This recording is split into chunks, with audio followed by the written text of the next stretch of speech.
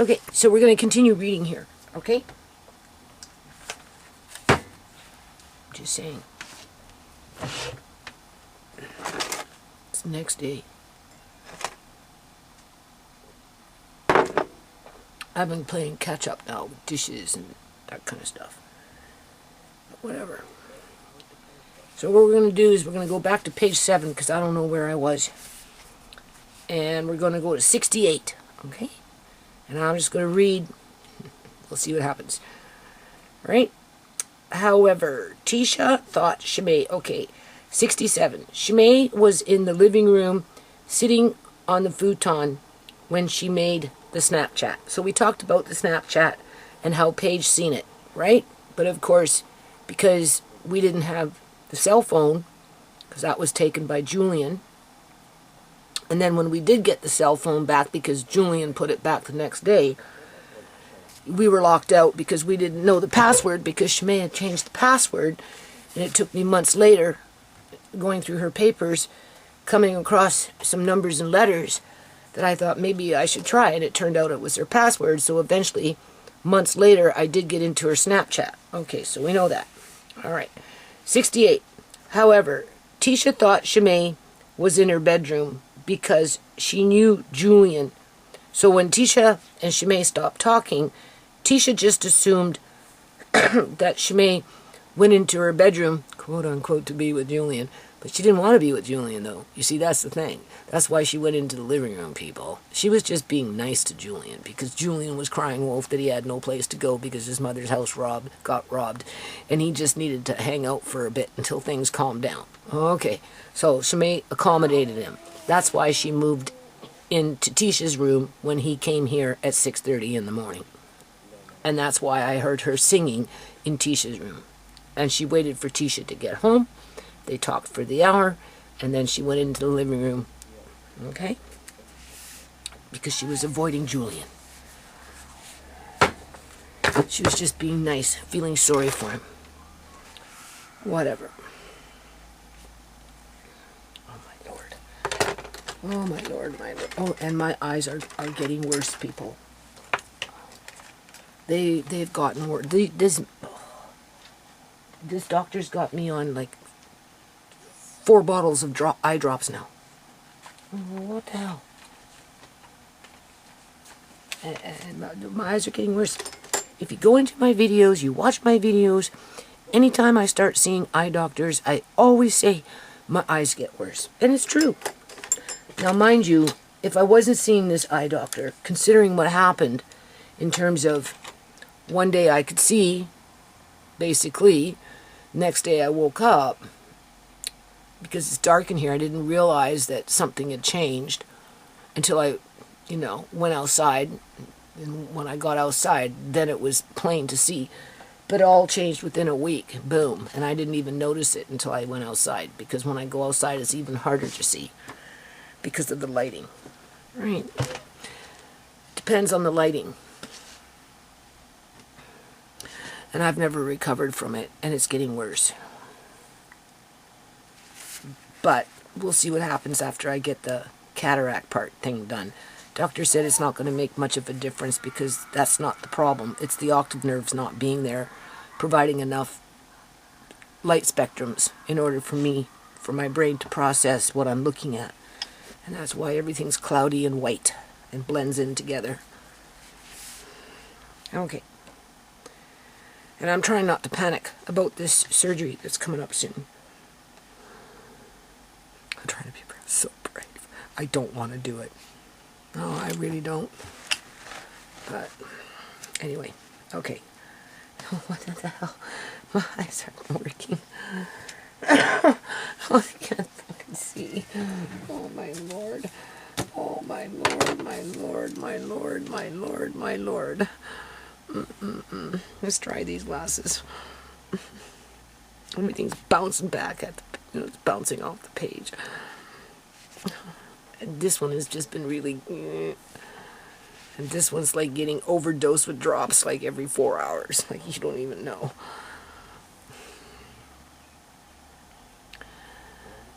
Oh fuck, this is stupid. I don't think I can do this. Honest to God, I don't think I'm going to be able to do this. Let's try these ones. This is terrible. My days are numbered. I ask myself, Lord, or I ask the Lord, Lord, well, why are you doing this to me? What are you trying to teach me? Right? As if my life hasn't been hard enough, Lord.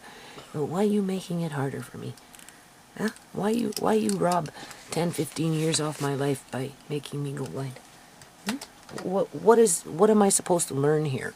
Like, what is the lesson? Because there's got to be a lesson in it, right? You know, I mean, what, show leadership? That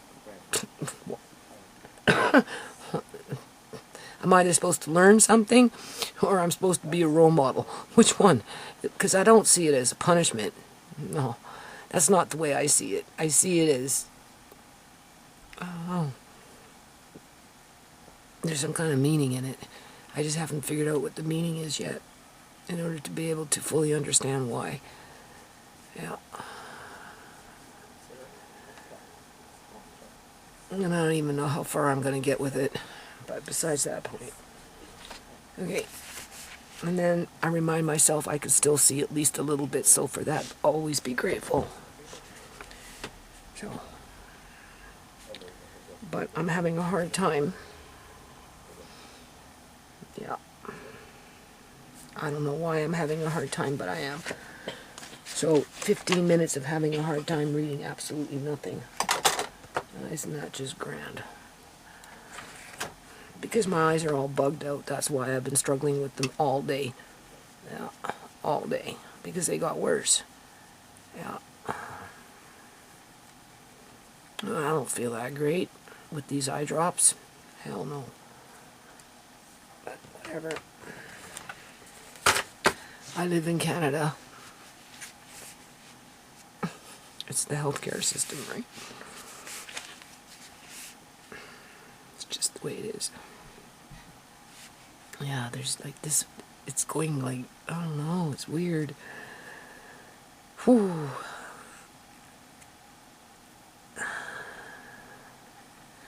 However, Tisha thought Shimei was in her bedroom because she knew Julian was in the house.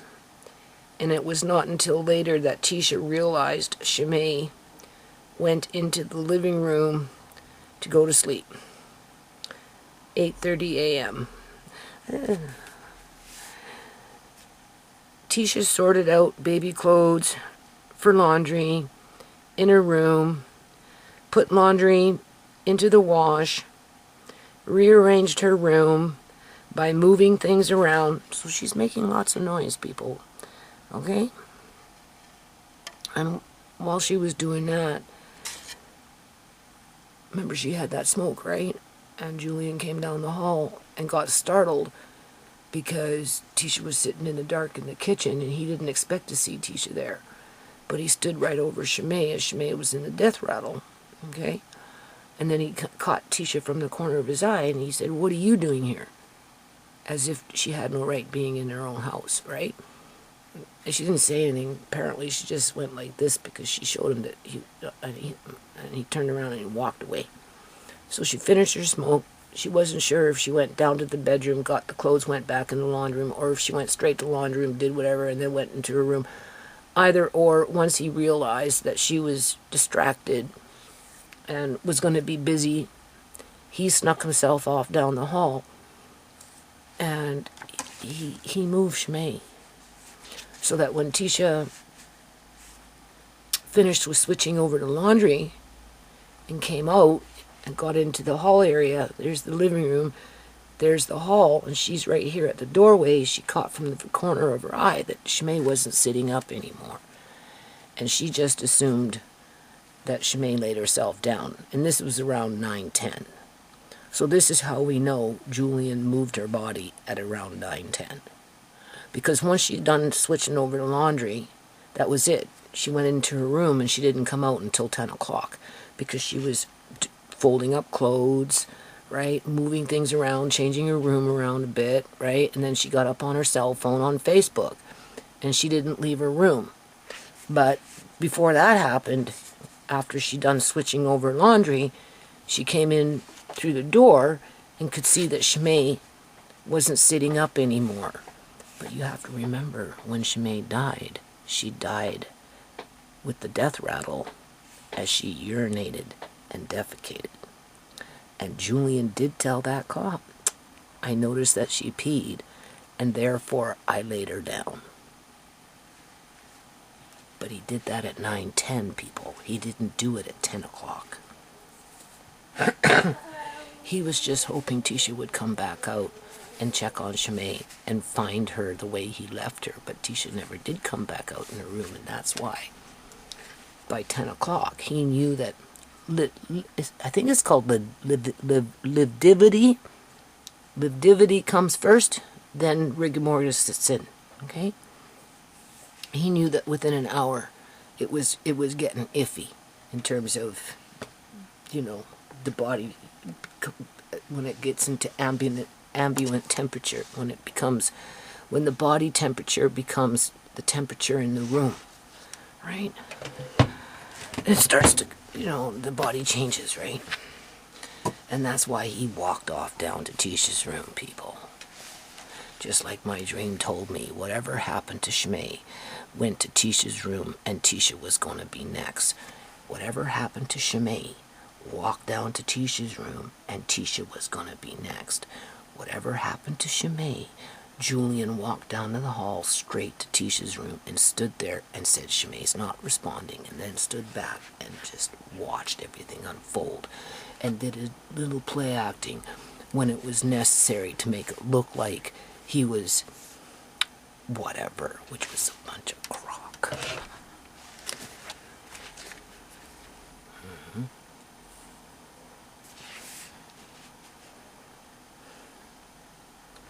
Yeah.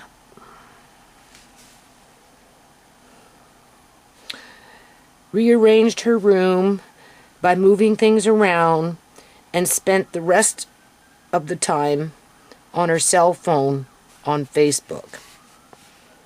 8:40 to 8:50 a.m. At about 8:45 a.m., Tisha went into the kitchen. Okay, so it's not 9:10 yet, okay? So, area for her second smoke since coming home. And she walked into the kitchen area. Okay?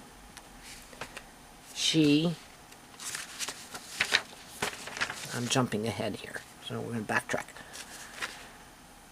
Notice Shimei sitting on the futon, snoring.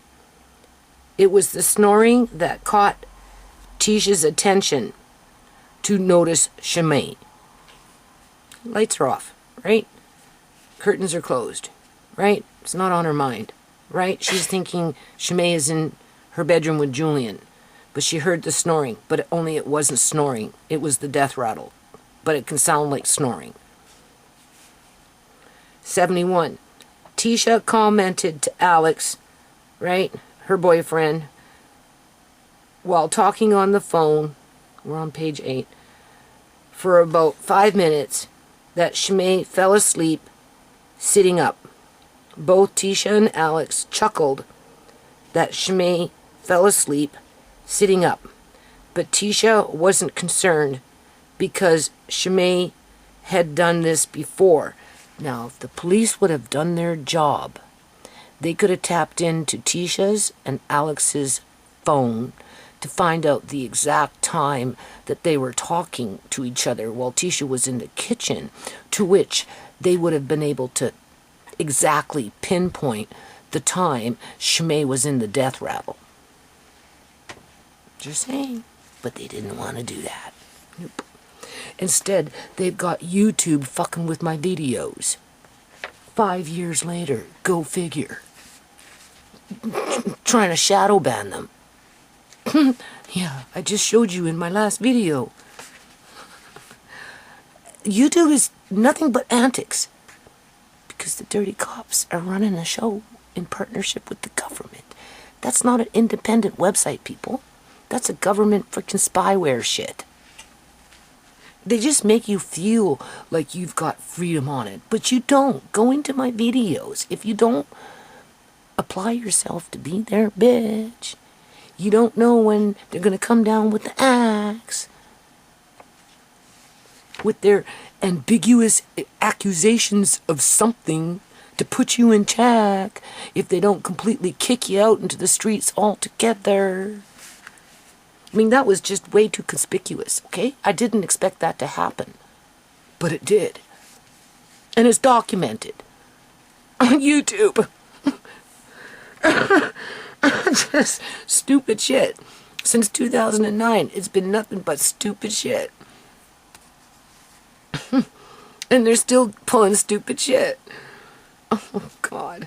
Okay, 72. Tisha and Alex phoned phone providers, and I even put it there so that when the cops, even if, you know what, I bet you the cops didn't even read this. No, I bet you they didn't. But if they did, I specifically say it right here, people. Tisha and Alex's phone providers can verify the exact time when both parties were talking on the phone, making comments about Shimei sitting up sleeping.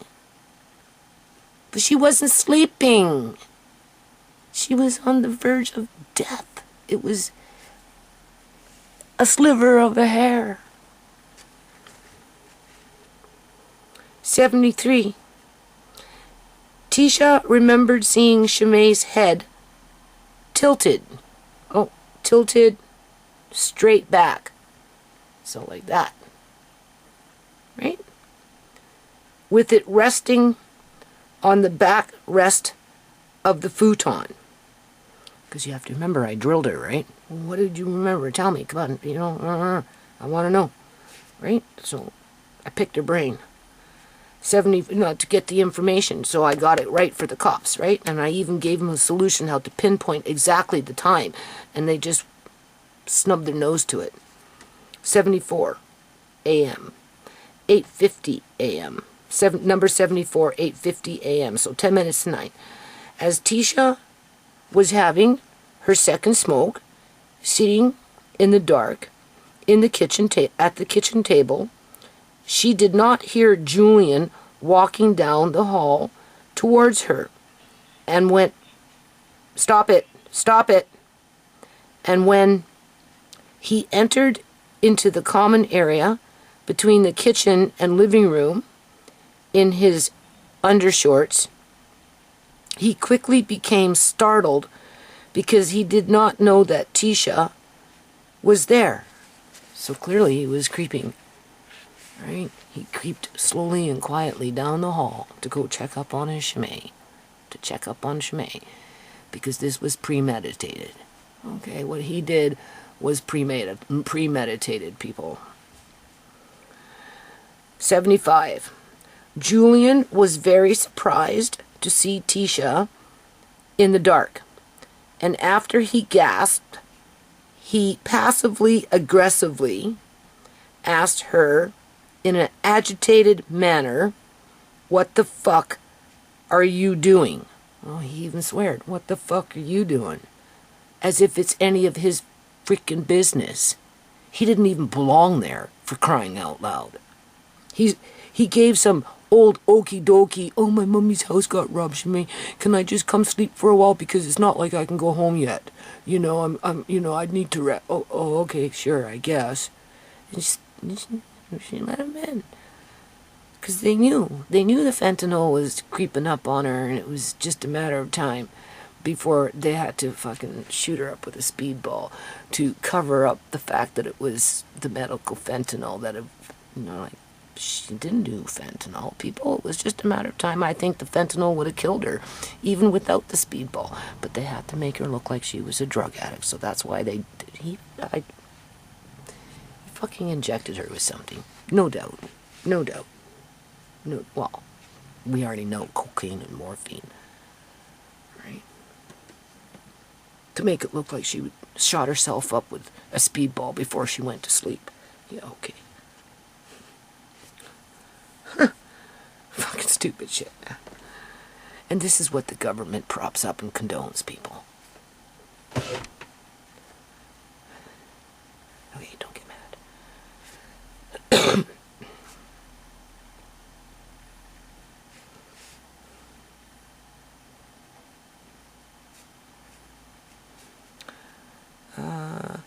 What the fuck are you doing? Tisha did not respond back verbally, but rather just waved her smoke to show him that she was smoking as she was busy on her cell phone. So I guess by this time she was off the cell phone talking. You know, she's done talking now with Alex, and she's, you know how people do whatever they do with their cell phones, and she's just sitting there quietly minding her own business, having a smoke before she goes back into the bedroom to continue doing whatever she's going to do, right? 76. Julian then quickly turned himself around and went back towards Shimei's bedroom, and Tisha did not see him again until about 9:58 a.m. Because I said Shimei died between 9 and 10. That's verified with the urine and the defecation on the couch when she was sitting up. But he moved her soon after that, because when Tisha came out of her bedroom to switch over to laundry for the last time, after whether she she says she couldn't remember if she went into the kitchen after she'd done the smoke this time and then switched over, and he snuck in and waited for her to leave, and then either or he moved her body between 9 and 10 a.m. Because when Tisha left the laundry room for the last time, after switching over and finishing her smoke, and then going into her bedroom and staying in there until he finally showed up, Shimei wasn't sitting up anymore. And the only way that could possibly happen was Julian moved her. Mm-hmm. I'd make a good investigator. Oh, yeah. Oh, fucking yeah. Oh, yeah. I really would. 77. It was only a couple of minutes or so after Julian had left that Tisha went back to doing laundry. However, she cannot remember if she went into, because she had already finished her, he came out, she was still kind of smoking, right? She already talked to Alex, so she was done, right? So when he left, she finished and butted it out and said, well, that's it, I'm done, I'm gonna go. And you have to remember, Shmei's sitting up with her head like this, okay? It's not bothering her because she thinks she's snoring, right? Whatever. And she can't remember if she went to her bedroom first and then came into the laundry room, or if she went into the laundry room, did whatever, and then went to the bedroom. Either or, it's written right here, okay? She cannot remember if she went into the laundry room first to transfer the wash into the dryer, and then went back into her bedroom to get another load of laundry for wash, or if she went into her bedroom first to get another load of laundry to wash, and then went back into the laundry room to switch over the previous load she had done into the dryer. I'm having a hard time seeing that's what's happening here, right? To put in another load of laundry for wash. So she's distracted, right? She's making noise. Julian knows he's on a time schedule, so he sneaks out down the hall as Tisha's doing all this. And when she's in the laundry room, he picks up Shimei quickly.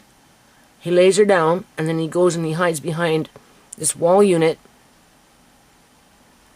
right? So, unless he snuck back real fast, but I don't know if he would have had enough time to do that. Either or, he moved Shimei's body into a laying down position and then hid himself wherever he hid himself until Tisha was done doing all this stuff, because by the time she was done, which she said it took about 10 minutes, Shimei was no longer sitting up, and she just assumed Shimei laid herself down, when in fact that is not true. People in the middle of a death rattle that defecate and urinate do not lay themselves down and pull their fucking shirts up, okay? Never mind change them. I'm just saying. 78. Tisha's bedroom is situated further back than Shimei's.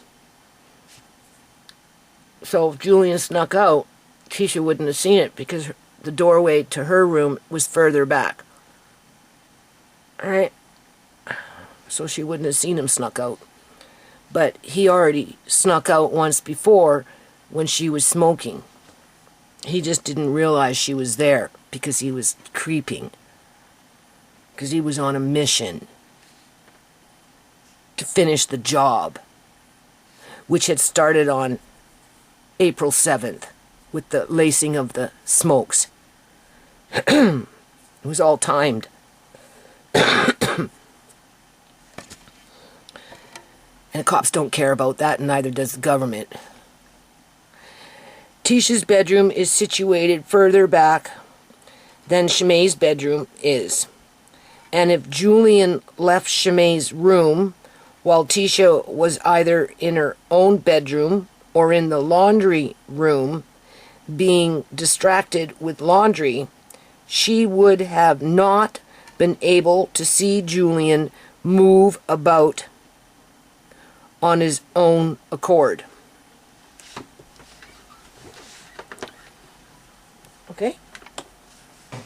I don't want to pull this camera down. There's cords down here. That's all I need. 79. 9 a.m. Now we're at 9 a.m. By 9 a.m. Okay, I got it here at 9:03. I was going for minute by minute.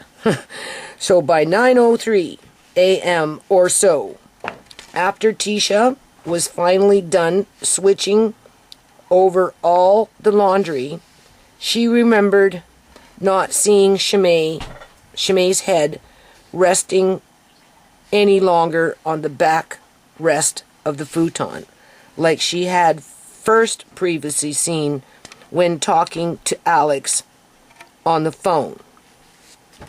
But while talking to Alex on the phone, Shimei was in the middle of the death rattle. Okay?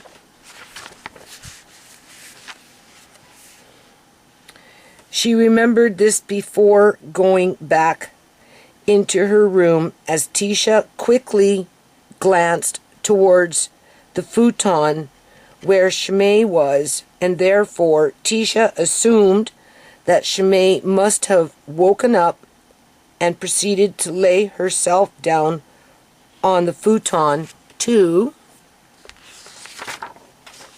sleep in a better position. Who wouldn't do that? 80.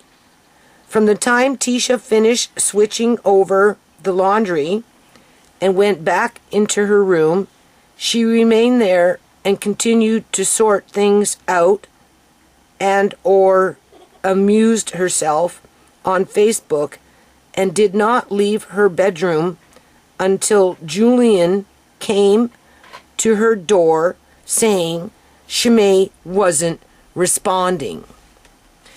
In my dream, whatever happened to Shimei went to Tisha's room next, and Tisha went to Tisha's room because she was going to be next. I thought 2 daughters were going to die. One I seen dead. I was in denial. And I just assumed that they stopped talking to me. That's the worst that could possibly happen. Because what kind of morbid dream was that? But whatever happened to Shimei went to Tisha's room because Tisha was going to be next. That's exactly what fucking Julian did. He killed Shimei and then he went to Tisha's room because in his mind, somewhere in the back of his fucking mind, I bet you he was plotting and scheming to do her in too. And if not that, then at least that whole action itself that correlates directly with my dream confirms what I'm talking about. Whatever happened to Shimei went to Tisha's room because Tisha was going to be next. And what did Julian do? He went straight to Tisha's room. He didn't call, Tisha, come here, come here, come here. He didn't call 911. He didn't do none of that shit, people. He just, Shmay. And then he walked down the fucking hall, stood in front of Tisha's room, and said, Shmay's not responding. Tisha looked up and said, what do you mean Shmay's not? I don't know, Shmay's not responding. And then he fucking moved back, and Tisha bolted past him, ran down the hall, and found her laying on the couch with her freaking shirt up, with her breast exposed. Looking dead like a doorknob. Okay? And he's just standing there watching. Yeah, okay. Yeah, okay.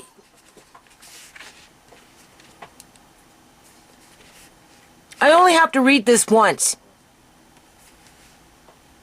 And if YouTube wants to take it down, it will be up on BitChute. How about that?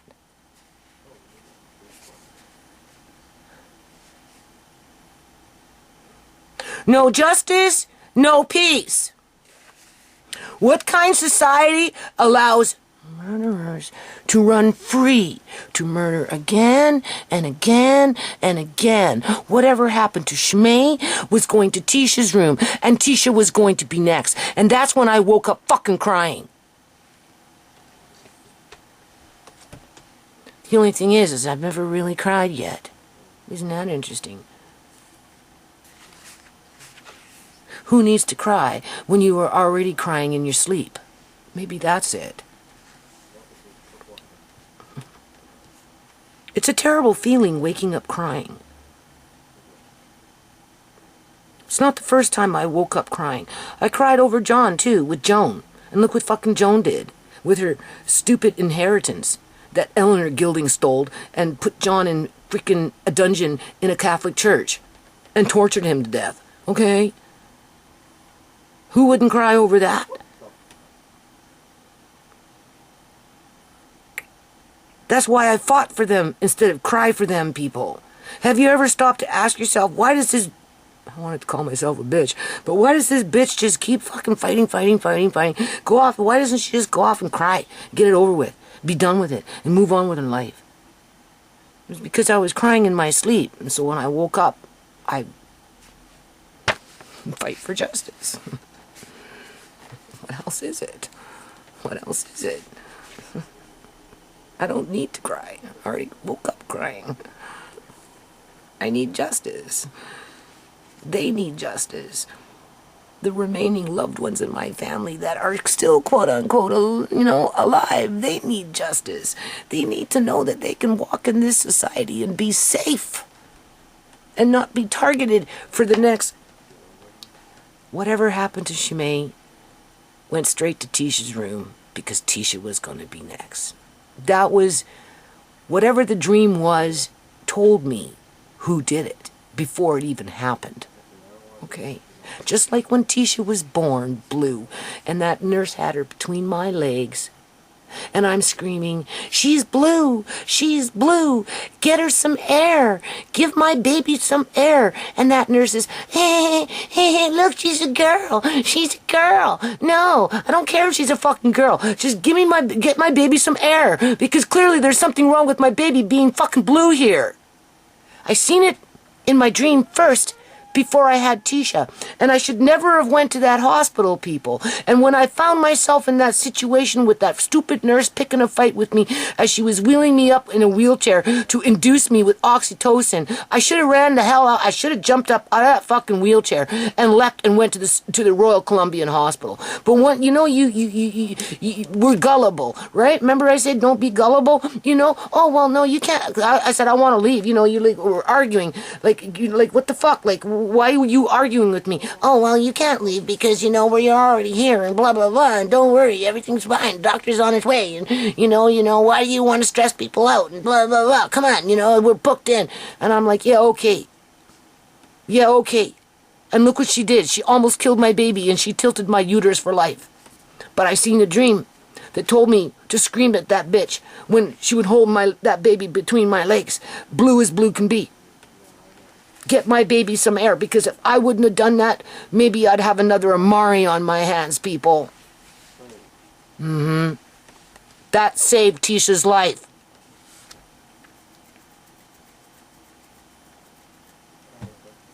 That's how vivid my dreams are.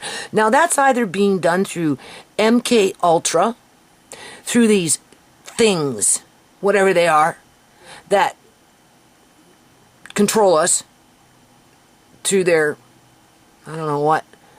Or maybe I'm just psyche. I don't know.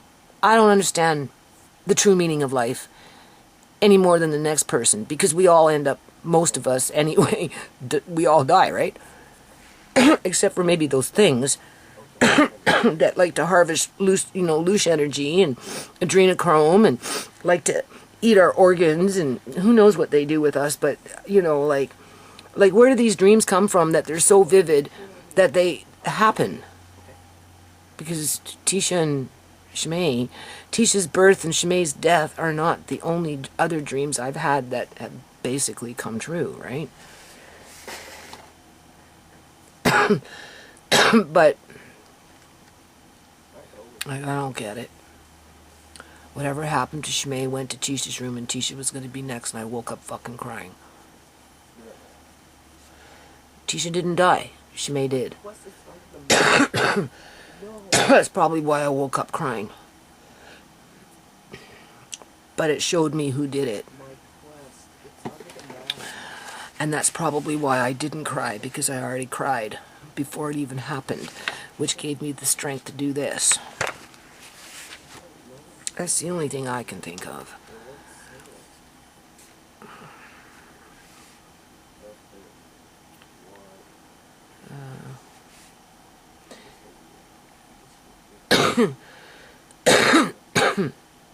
Take it from the top. We're on page 9. From the time Tisha finished, switching over, right, bedroom, until Julian came to her door saying Shimei wasn't responding. 9:56 a.m. Julian was heard by Tisha to be calling out Shimei's name loudly about 5 or 6 times. So before he went to Tisha's room, he called out, Shimei, Shimei, Shimei, Shimei. Okay? 82. Tisha then hears Julian. Oh, well, I guess he's running down. Now he's running. So he either walked or he ran, or it was a little bit of both. Okay?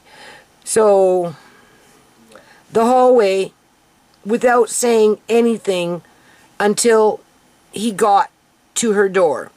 Whatever happened to Shimei went to Tisha's room, and Tisha's room was going to be next. And then I woke up crying. 83. Then, under a panic, he said, Tisha, Tisha, come quick. Shimei, Shimei is not responding. Okay. 84. Tisha responds, what do you mean Shimei is not responding? As quiet as she reacts quietly by leaving her room to begin running down the hallway with her phone in hand because she was on Facebook. 85. Okay, so she ran past him. Okay. Alright. Anyway, he either walked to the room, he stood by the door, said what he had to say, stood back, she ran past him, she ran down the hall, okay, with her cell phone in hand. He did not call 911, okay? When Tisha got to Shimei, she found Shimei was lying flat on her back on the futon with her breasts fully exposed because her shirt had been pulled up above them.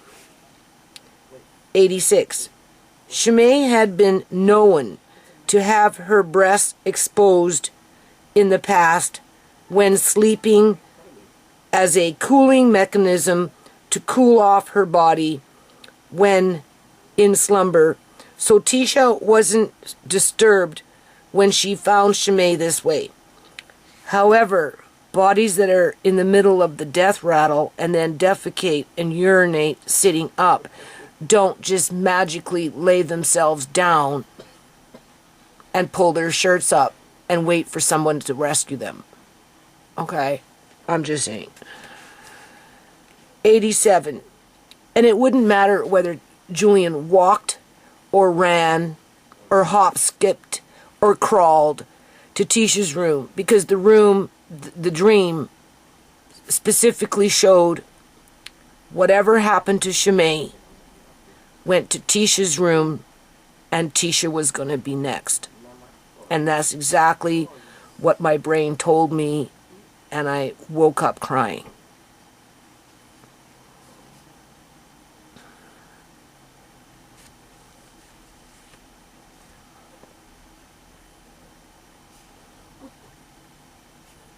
'87. Tisha did not notice, however, that a big blob of snot, mucus, was starting to come out of Shimei's left nostril, and that her lips were very dry, and this did cause Tisha to begin to panic even more. So Tisha did notice. So when Tisha got to her, she noticed right away the snot, the bubbles, the big blob of snot coming out, because he cleaned her up, people. That's why he changed her shirt. Okay. Because he left her laying there for too long, and he had to clean her up, because otherwise she would have been saturated with this shit. Because by the time I got down there 2 minutes fucking later, both nostrils were full of bubbles, and the bubbles were coming all over out of her mouth. It was like flowing, right? And then I'd just breathe air into it, and the more bubbles would come out. Okay, that's right. That's why I'm saying you only have so much time when lividity kicks in, and once lividity kicks in, there's only so much time before rigor mortis kicks in. And because the fentanyl was involved, it shut down her lungs, which for overdose when it comes to, drugs and that kind of thing, for some people, that's what happens. Their fluids fill up real fast, and right? But of course, the coroner and whoever, they tried to say that she had like a mild case of pneumonia. No, she didn't have a mild case of fucking pneumonia. She was dead. And that was the result of laying there for almost an hour unattended. And Julian tried to clean that up, and that's why he changed her shirt. And he wiped her down and he dried her off, hoping that he wouldn't get fucking caught. But he did. In the end, whatever happened to Shimei went to Tisha's room, and Tisha was going to be next. But he didn't do it by himself, you see, that's the thing.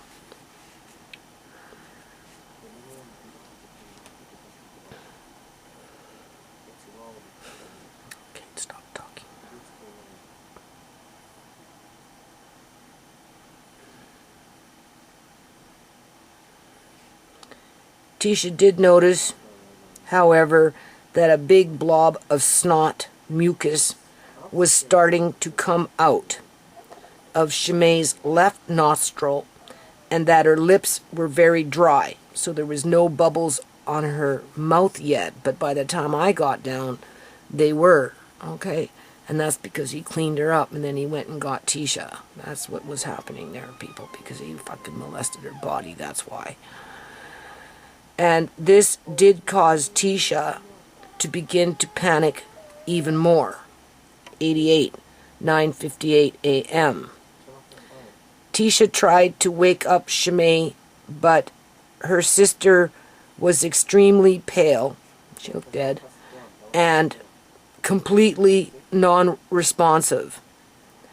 As Tisha, very limp, just, it's the weirdest feeling, you don't even know. It's just weird.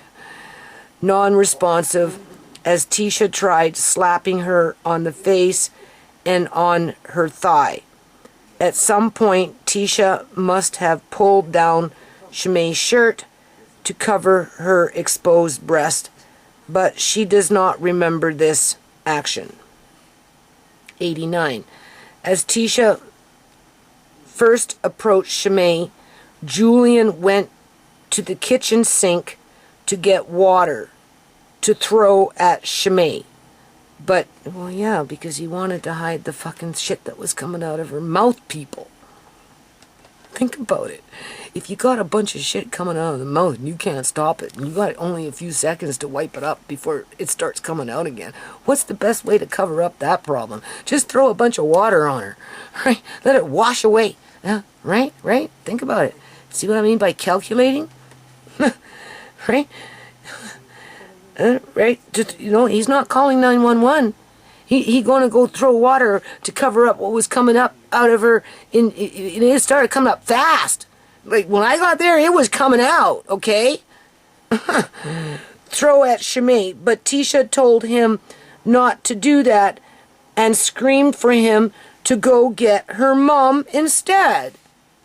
So not only did he not call 911, but he wasn't even thinking about trying to come and get me. He was having his little fucking water party with my daughters, okay?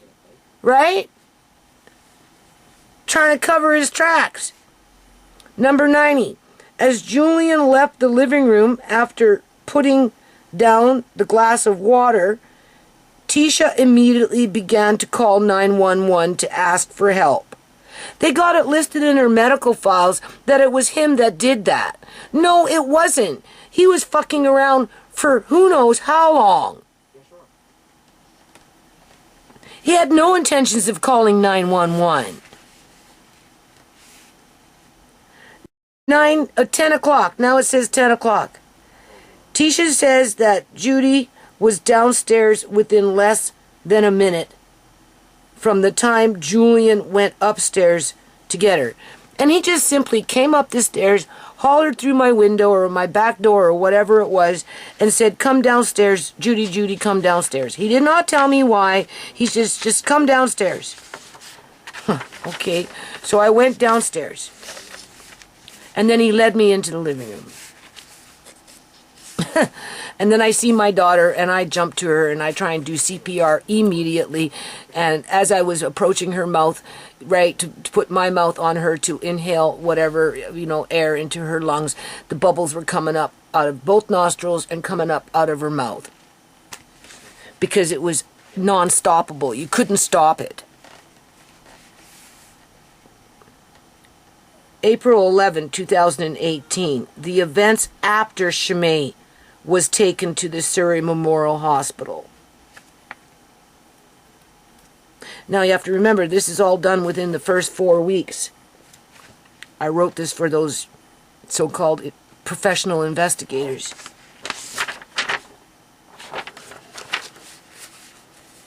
So let's see where the mindset was back then. 92. When arriving, okay, so there you go. So I didn't, at least in this part, I didn't talk about what the paramedics did, none of that crap, okay? That's right. Now I'm talking about what happened at the hospital here, I guess. 92. When Shimei, when arriving, oh my lord. It's very convenient that this is happening to me, don't you think? Like how convenient for the government for me just to, I don't know what's happening to me, people. I have no clue. I just know it's convenient for the government and these individuals that are demons and are of criminal mind as they walk this planet and spy on you with their spyware and whatever else they do. Why they would want me to have a dream like that in regards to what happened to Tisha, or in regards to whatever happened to Shimei, went to Tisha's room and Tisha was going to be next. I mean, how could that, like, MK Ultra, because I tried it, like, where do these dreams come from? Like, are they torturing me, these things? Is that what that is? Is that what the loosh harvesting is about? They let you know what's coming so that when it happens, they can just feed off of the energy that centers around all that crap. But not necessarily so, because if I wouldn't have had that dream with Tisha, I don't think I would have reacted as fast as I did. And Tisha could very well be like Lamari is today, because she was blue, people. She had no oxygen. That nurse wasn't interested in doing the right thing by Tisha. She was too busy showing off that she delivered her first baby to all her co-workers, because by the time Tisha came out and she was, look, it's a girl, and I'm screaming, get my baby some air, my baby is blue, you know, all the nurses, everybody came in and they started clapping her, people, because she was a new Chinese nurse and that was her first baby, even though she practically killed me and my baby, most definitely my baby. Okay, and she injured me for life. Well, the Surrey Memorial staff all stood around and clapped their hands. Not the baby, not me, not the people that were holding me as I was flying off the table, but they clapped the nurse for being, what, a demon? If I wouldn't have had the dream, I wouldn't have reacted so fast. And yeah, I could have had either a dead baby or an Amari. So, how can you consider that to be MK Ultra in terms of mind control, where, you know, you get voice to skull or whatever it is for these things to manifest, right? I don't get it. And the same thing with Shimei. I don't get it. And the other dreams, few other dreams that I've had along the way, and I don't get it. I just don't get it. I don't think they're that powerful that they can do that. And for what purpose?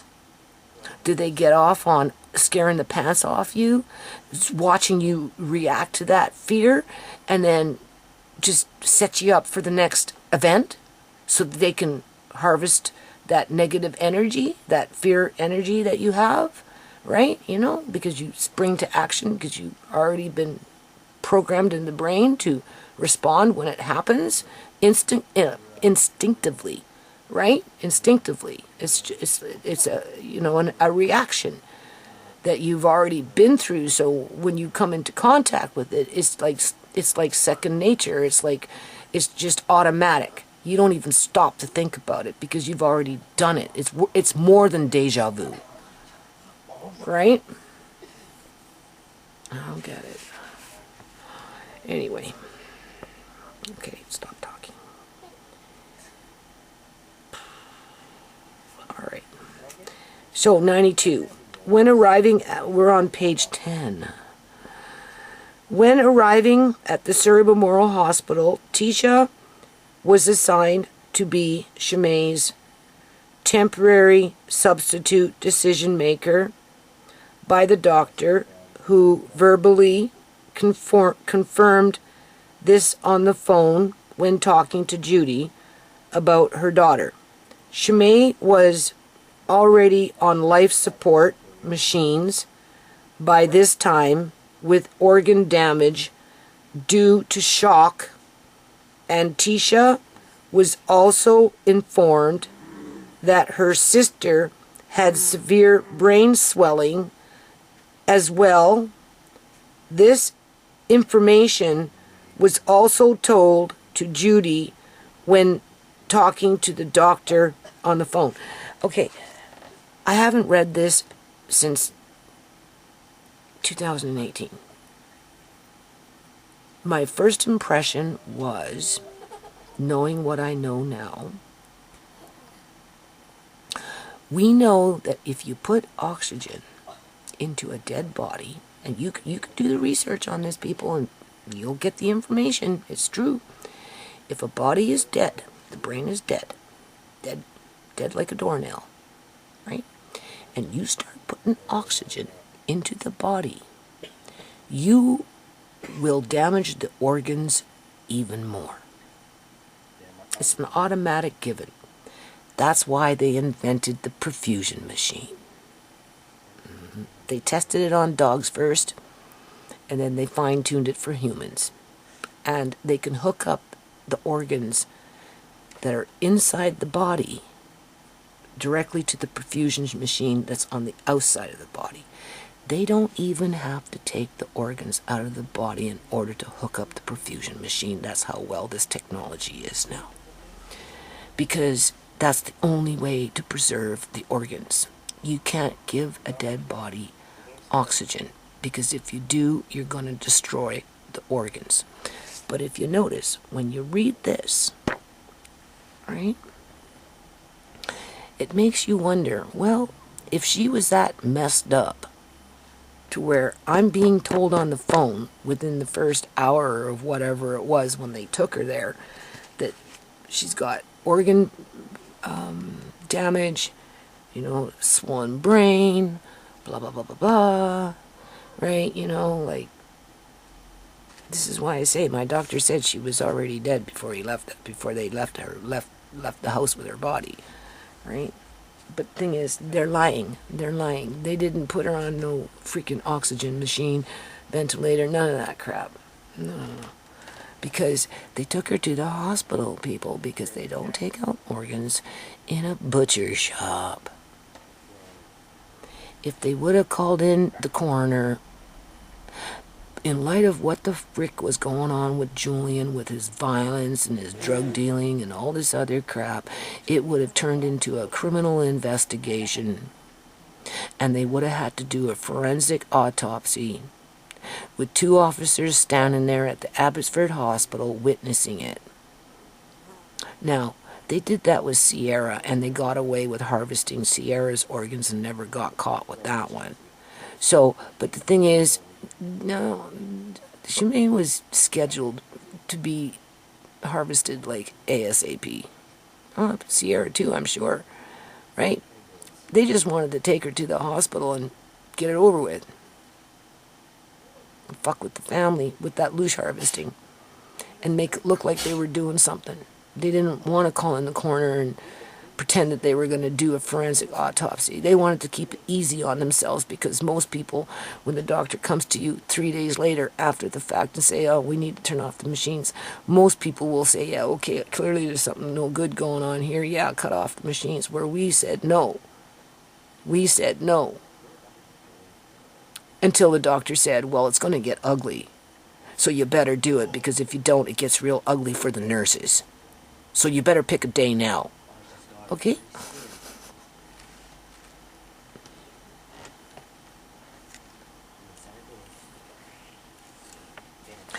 They made it sound like her organs were useless by the time she got to the hospital. They made it sound like her brain was useless by the time she got to the hospital. So if that is the case, why was she in the hospital? Well, only for one reason, and one reason only. Because they already had a recipient for her organs. Okay. And they put whatever they could put onto a perfusion machine on that vinyl floor. And that's why they moved her body, that was dead, from the carpeted floor to the vinyl floor. So that when they plugged in their tube, wherever they plug it in, there's 3 of them, 2 somewhere else and 1 somewhere else. If it spilled out, which it would have, something, it was easy to clean up. But they didn't want me to see that. Fuck no. I'd be like, what are you doing? What are you doing? No. They used Julian. They cued him. Oh, and then the cops sent me down the hall to deal with him when Julian should have been in the police car. And the coroner should have been coming.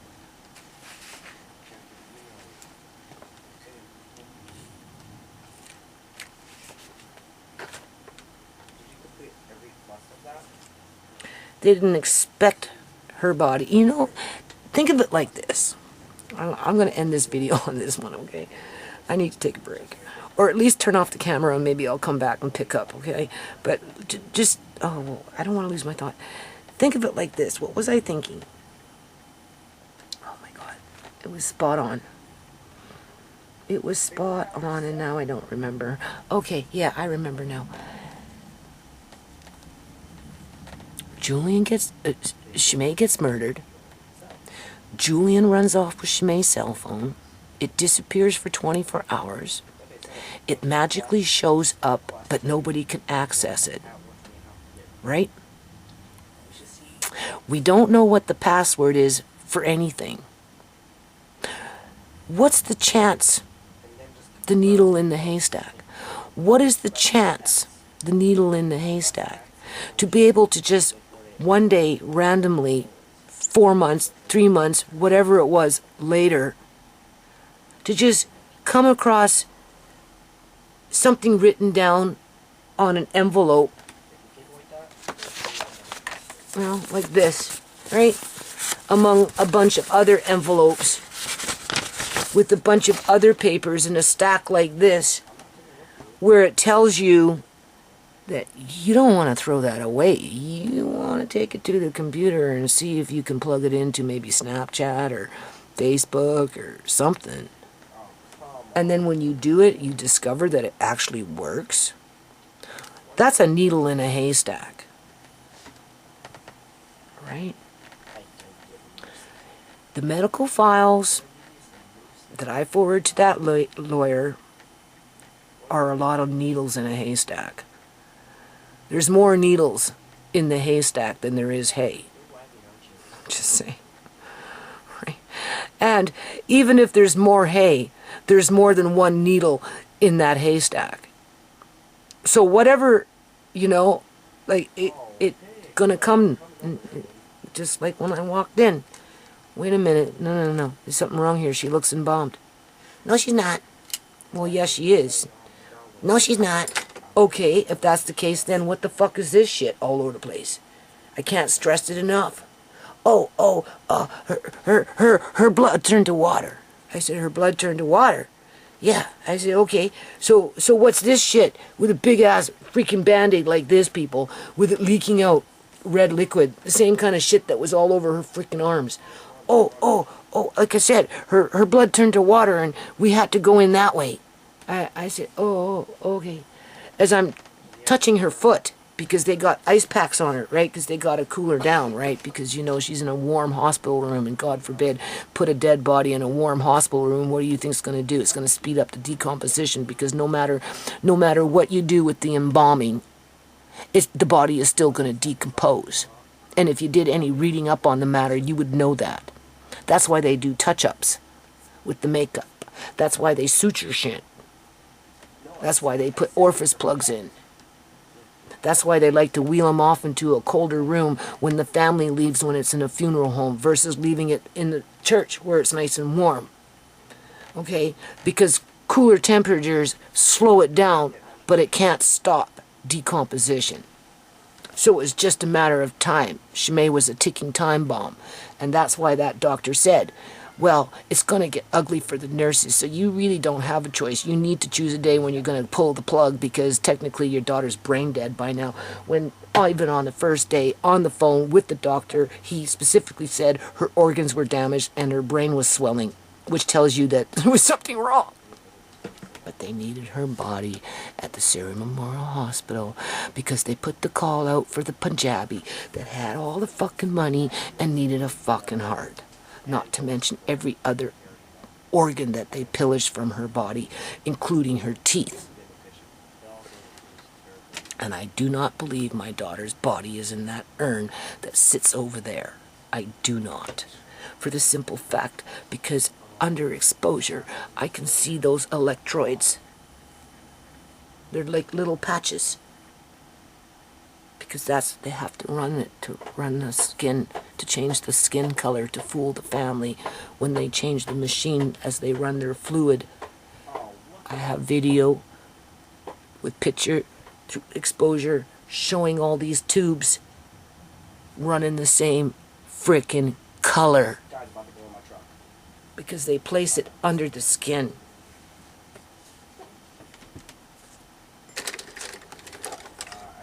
You're dealing with some very morbid shit.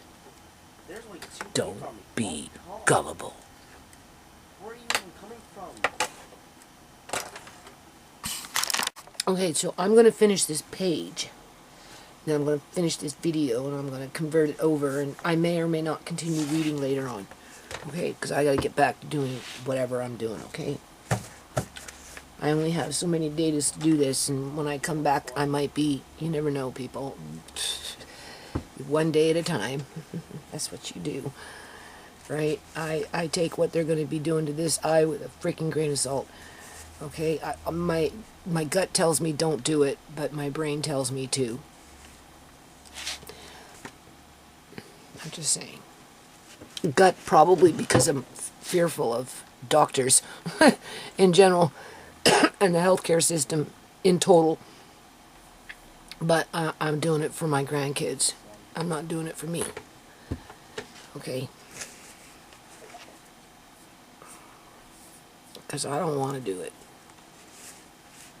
Because if I go completely blind after the fact, I don't know. So in the meantime, though, I can still kind of see. I don't know what glasses I was wearing, so we'll put these ones on. So, now you have to understand. First of all, before I get on to that understanding part there, I had to go out into the yard and I grabbed a few rose petals that I had, and you know, because I'm going to make some stuff here soon, assuming I can see. Assuming I can see. And when I do that, I'll probably do a video, assuming I can see. Because it all falls on the one eye. This thing is useless, okay? I can barely see out of this one. And, no, the morning glory is just all over the place. And I'm pulling, and there's the histamine, and I'm like, you know, I'm like, oh my God. Like the good old days. And I'm wondering if all that, I do believe all that yard work played a big role in what's happening to me today. Okay. And then, before I turned on the camera to continue doing what I'm doing, you know, I'm like, you know, for all the stress that I've been going through with computer and paperwork and typing and, you know, the cortisol going like 24/7 and, you know, having to deal with my family and everything since basically, I mean, it started before Sierra got pregnant, but it really just got bad after, you know, she had Andre, because those social workers came in and wanted Sierra to move in with Austin and tried to get her to move out of the house, even though they knew that he was choking the shit out of her at times through their fighting and, you know, and just making her pass out, and he was abusive, and I couldn't for the life of me understand why they were so adamant to have her move out into a basement suite with him, with the baby, being a new mom on methadone without the support of her family. So of course I fought against it, and 2 years with the Family Preservation Society, that's in partnership at that time with MCFD, right? And then everything kind of calmed down for a while. Austin left, and Sierra was doing really well, and then all of a sudden, out of the blue, they came in and they kicked her out. And then it started up all over again. And it was bad, bad, bad, bad, right? And I'm having to type again, and, you know, sending letters here, and doing this, and researching that, and going to the Supreme Court, filing a lawsuit, and just doing videos, and there's that cortisol going, and everybody's going crazy in the house, and just whatever. Sierra's fucking whacked, and then finally we got Andre back, but we never did get Sierra back whole again. And then they went for John, and then it shit started all over again, people. Right? And then I wrote this freaking, Ray, you seen that? Right? I sent it to the lawyer. She, like I said, if she wants a fresh copy with no lines, all she has to do is request it. If you could write a story around it, right? Somebody, serious. And I'm like, all of that must have played a role in me losing my eyesight, because even when and you go into my videos, you know, I'm doing these drops, and I'm telling you, it's not working. It's making my eyes worse. Every time I went to see an eye doctor, it was 3 of them. The first one was a real asshole, gave me 3 drops that burned my eyes, this, that, and everything, right? And then eventually I said, I can't see you no more. Then they referred me to that Gupta, that Punjabi woman, who was like putting 2 bottles of freezing agent into my eyes, where by the time I'd get to my car, I was spitting out big glowing green globs of goo because of what she did, right? Glowing green, like fluorescent green under the fucking sun, right in front of my, right? Because it was 2 of them. Right in front of Betsy. Huh? Betsy. Right in front of Betsy. Yeah, right in front of Betsy. And this was after leaving her office. Right? And no wonder why my eyes were getting worse. I was there too, you know. Were you there that day? Yeah. That was like a long time ago. That was a long time ago. So would you want to go back to that? No. Right? First it was the technicians that did it. That's how 2 bottles got in there. First the technicians, and then they forwarded me to go see her now after they did their little tests and their this and that. And then she had me sit down and she said, oh, I'm going to do it again just to make sure. That's what she said. Yeah, made sure my ass. No, make sure it was 2 big glowing green globs under the sun. Right? And I'm on YouTube. My eyes are getting worse. My eyes are getting worse. Right? And then there was times, you know, I couldn't squeeze the bottle. Right? And then I went to my family doctor and he turned me away and couldn't get a referral. And then COVID came and couldn't really get a referral. And, you know, like, fuck, man. Just saying. I'm too young for this. I live in Canada, for crying out loud. Immigrants come to my country so this doesn't happen to them in their own countries. But the people that are born in this country, that are in that caste system, below a certain income level, the lowlifers, this is what happens. I'm pulling out morning glory this afternoon with the histamine. And I'm like, yeah, no wonder why I'm fucking blind. Now I'm pulling out the morning glory blind as a bat, practically.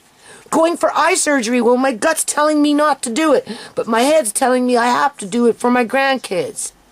And I gotta cut this doctor some slack and treat him like a Martin Luther King, like an individual, like a Malcolm X, like an individual. Don't judge a man by his color, judge a man by his character. And this guy happens to be white.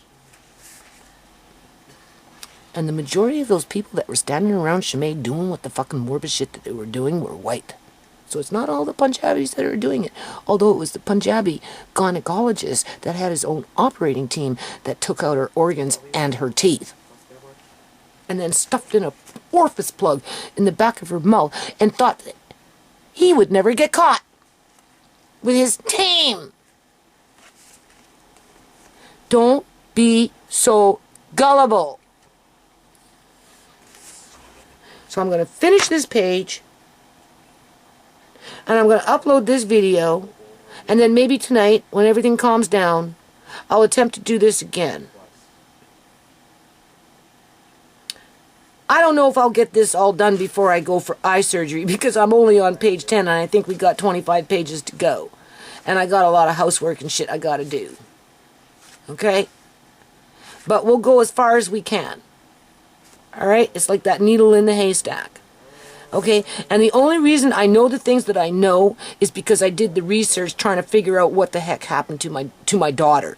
I tried to figure out what not only happened to my daughter, but I also tried to figure out how they did it.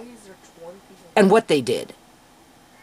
It was easy enough to figure out what they did because I could see it as soon as I walked into the room. But then I had to have a little more understanding of the embalming process and, you know, those kind of things, right? And so this is where you come across the knowledge that the technology, the technology, the process of embalming, these days, they don't tell you about the little pads underneath the skin that they run their solution through with all those tubes hooked up to the body that come out all the same color under exposure because they're running the same fucking solution that filters off into these little pads to give the skin the impression of the color that they want, whether a live color or a dead color. Okay? Dead under the blanket. Remember that, people. Okay? I didn't see her dead lying on the couch. I seen her dead under the blanket, exactly the way she looked in the hospital 9 days after her body decomposed. But since the time they started embalming people, please don't be gullible.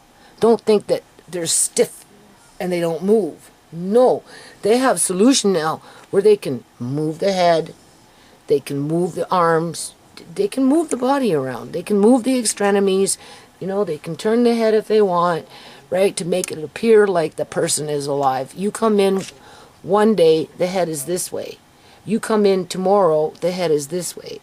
So therefore, you think they did that to themselves by themselves, just like Shimei was sitting there snoring when in fact it was the death rattle. No, it's not that. It's the type of bombing it's the type of bombing procedures that they have now. Okay, I'm not feeding you fucking hogwash here. Okay, I'm informing you. I'm not even feeding you anything. I'm informing you of the information that I gathered up over the years, to which I haven't thought about it for a long, long, long time, but I've never forgotten about what I freaking discovered. Okay? Because there is no statute of limitation on murder.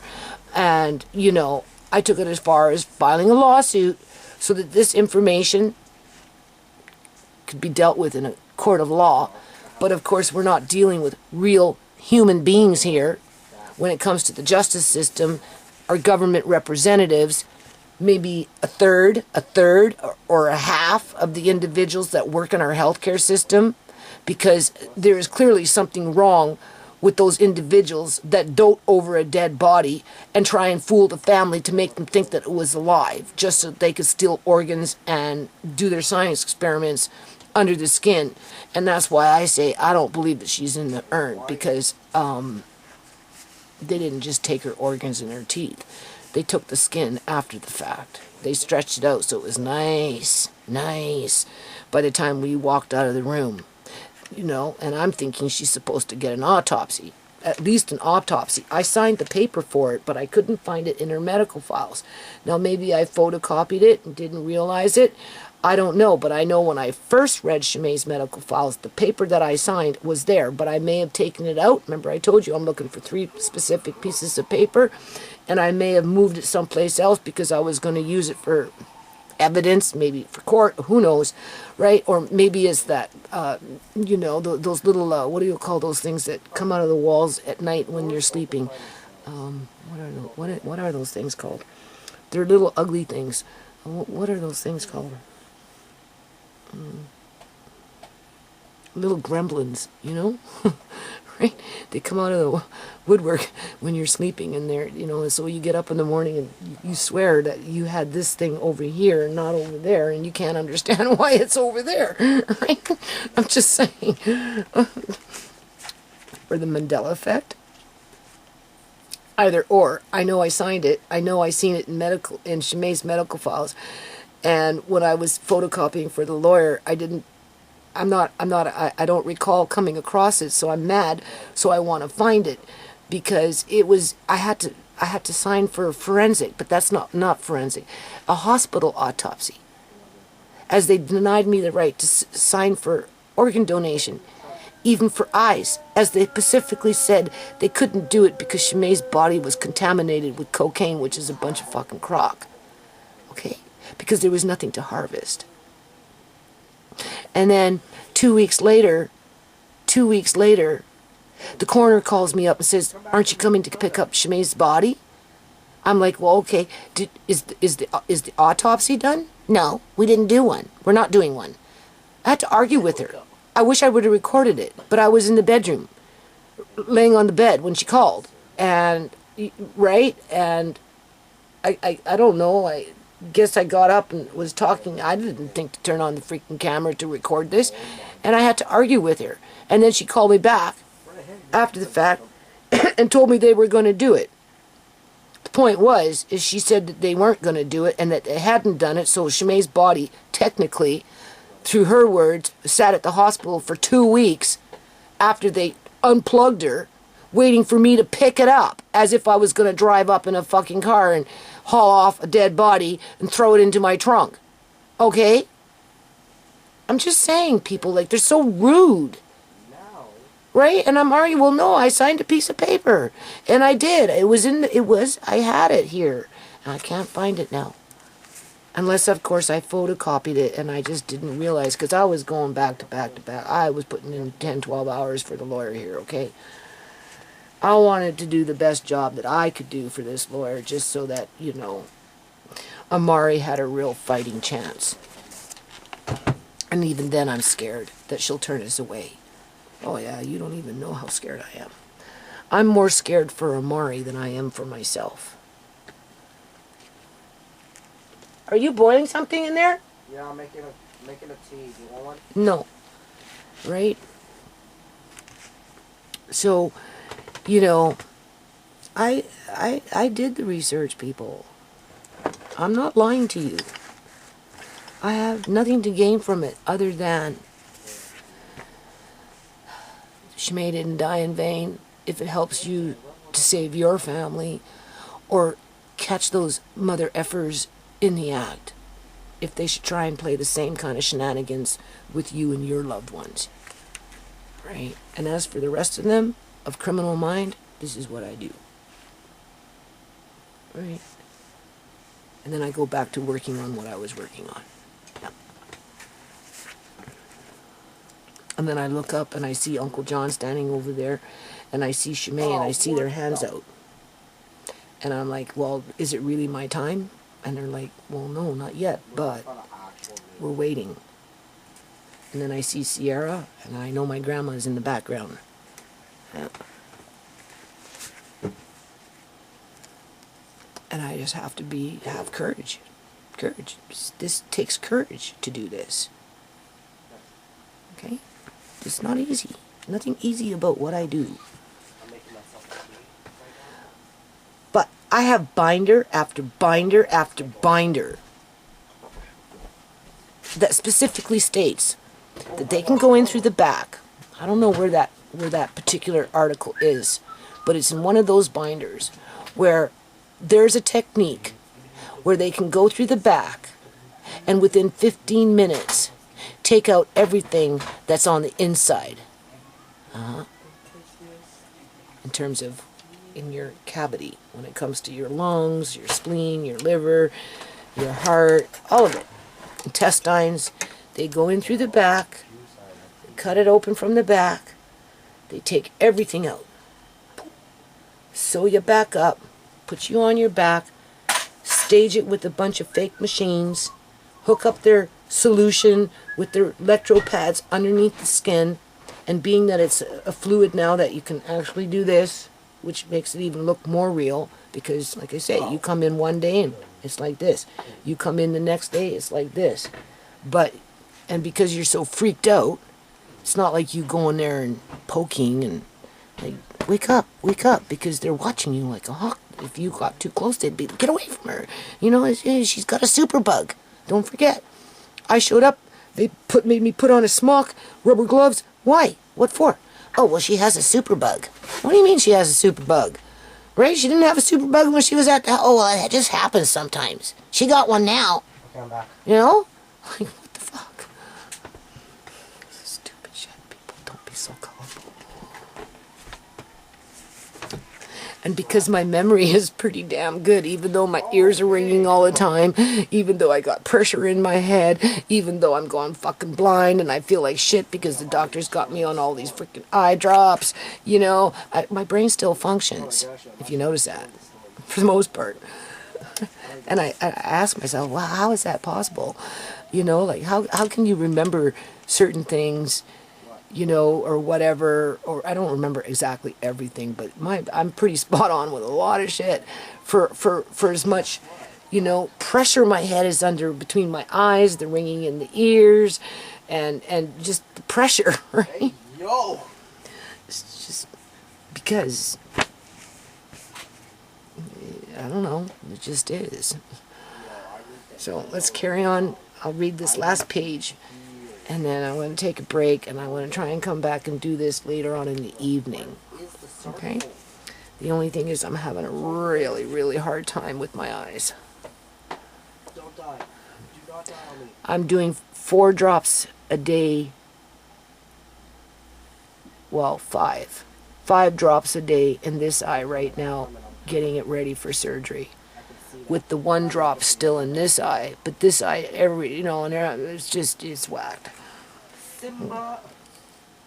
Take it. If this one acts up too much, it's too hard for me to focus with this one, and this is what's happening. Or at least I think so, although this one is getting whiter and whiter, like when I had that dream with my son. That last dream. I don't think I ever told him about it, but I'm going to. And my iris and my pupil went completely white. Why you sound mad? I don't know what that means. Why is this stupid player not working? Because Oh my. things are getting whiter. That's all I say.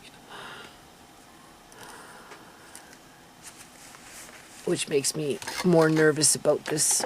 That's why my gut's saying don't do it. Take your chances. But considering how it just woke up and it was like that, and I didn't even notice, there is no second chances. The next time I wake up, Oh, that's whatever why you're sad. happened to make it like this, Oh, he oh died. God, that'll be it. So I'm doing this for the kids. How is he alive still? And if it works, well, then I guess it'll be good for me too, right? Oh, Otherwise, if it doesn't work and I get real white, don't see nothing except white, I don't have to walk around with my eyes closed all the time. Because that will drive me nuts for sure. And there will be some serious life changes going on here. So I have no reason to lie to you and fabricate. Oh yeah, they got an embalming fluid now where they can turn the head and they can move the arm and they can do this and they can do that because, you know, it's just nothing but a freak show, right? It's like you watching a horror movie, you know, and you get these taxidermists that like to play with dead animals and they get bored with the dead animal and then they got to do it with their fucking family members. Before you know it, they got a whole bunch of lined up people, all taxidermists, you know, stuffed and on display in positions of whatever because they're like mentally ill. That's what's going on here, people. I'm dealing with a bunch of fucking mentally ill individuals that consider themselves to be professional, and because the government rewards them with ching ching ching ching ching, somehow it makes it okay. But it's not okay. And that's why John and Shemay are just standing there with their arms out, waiting.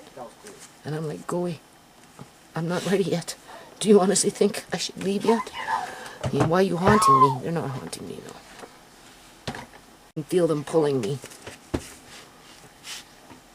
Because there's a part of me that just wants to run away and forget about everything. And where am I going to run to? There's not too many places I can run to, right? to your right. Yeah, there you go. But I've never been a runner, so... Oh, no, those are minis. Those are minis. Well, that's not true. Fight or flight. I did walk away when they were loading up John on that hammock because I didn't want to fight with 7 people standing around his bed with some old hag looking at me saying, get out of here, you're being rude and disrespectful, John's not here. And I did walk away, but that was because Andre was with me. Maybe if Andre wasn't with me, maybe I would have been more forceful and walked up. But I didn't run away very long because I'm still fighting for Uncle John. Please get karma. Is he standing there wishing me and watching?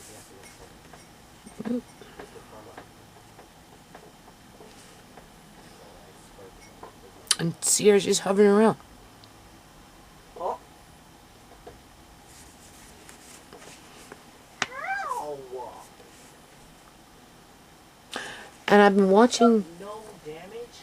you know, old English 1500s, Henry the Eighth, you know, Louis the 15th, Queen Mary, you know, all these old and ancient royal families and dukes and duchesses, and just, you know, to take a brain break and just, I don't know, and I'm listening to their sword stories, right? Or similar, you know, the Black Plague and what people went through when that went through England and London and just wherever, right? And just the whole 9 yards. And I'm like, well, Judy, you got it easy. Compared to those people, like, you know, these women, these queens, there was a couple of them that had babies and, you know, they didn't live very long, right? You know, some of these children, they just didn't make it because of this, you know, the era they were living in. Or like Henry VIII, you know, he just, some of these men were just awful, right? Just stupid shit. And I'm like, People aren't really any different. Zombie. They're not much more different than what they were in the 1500s. A fire truck's actually a water truck. Humans haven't really changed. No. Can I hit his mic? Humans, that is. But there's something else that walks among us. Right. Okay. So,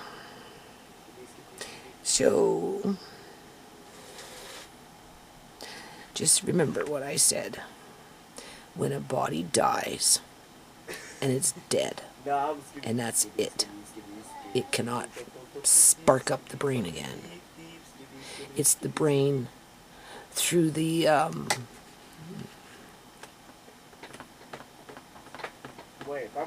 homeostasis, and there's an organ in the middle of the brain that it regulates the homeostasis. I don't know, I'd have to go through it again. Once that's off, and it's off, they can't turn it back on, because that's what runs all the hormones, right, and just whatever to the organs to make everything work in unison, right? Once that's been turned off, they can't turn it back on. And they discovered that if they try and put oxygen... Andre, shut up! If they try and put oxygen into a dead body, it does the opposite. It just starts to deteriorate those organs faster. That's why they developed the perfusion machine. First it was on the outside of the body, and then they perfected the technique where now they can just plug in their 3 tubes directly into the body and then transport the body for harvesting as the machine gets it ready for harvesting.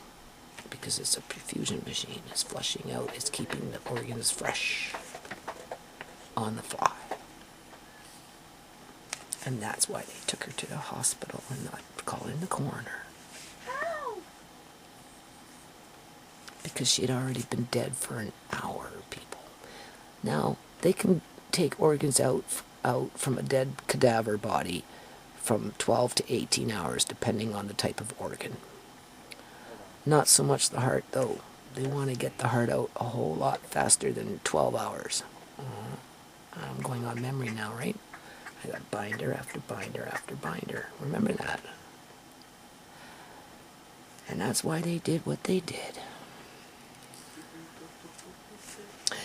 And that's why she looked embalmed and was embalmed by the time I walked in at 9:30, quarter to 10 at night, after Julian, his mother, and his sister left. Because they went in first. But the thing is, they were late. When they were supposed to allow us in by 9 o'clock, but they were running late because they fucked up.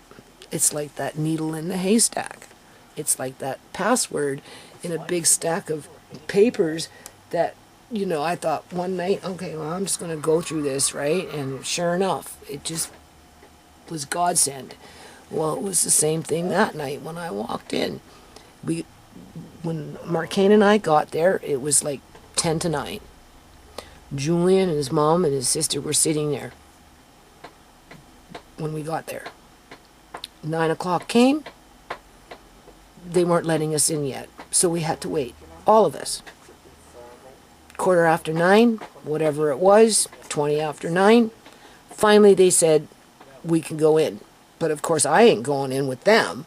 And being that they were there first, they had the right to go in first. Not the mother, but them. But I said, fine, let them go. So they had their little visit, and then they left. And by the time I got in there, it was going on, 9:30, 20 to 10, quarter to 10, somewhere around there, because they were in there for about 15 minutes or whatever the hell it was. All I know is we all got in there late because they were running late because they botched the embalming, people. So by the time I walked in, that's why it was leaking all over the place. I'm talking poke here, poke there, poke, poke, poke, poke, poke, poke, poke, poke, fucking gushing down her neck, okay? As a nurse, her blood turned to water. We couldn't get her blood because it all turned to water. Yeah, okay. No, she looks embalmed. Well, she's not. I said, well, I don't know about that. And then I touched her with my rubber gloves, and she was like, I don't know, like plastic. Wait, where's Area 52? Area 53? Hard and plasticky. She was bloated. She didn't even look like the same person who left the house. Okay. And of course, Julian and Sonia and Tamika didn't say anything about it because they fucking knew what was going on. How about that? Because the next day they showed up to pick up the baby. But it wasn't that. It was to drop off the phone and snag the TV. And if they could have gotten the baby, well, that just would have been a bonus.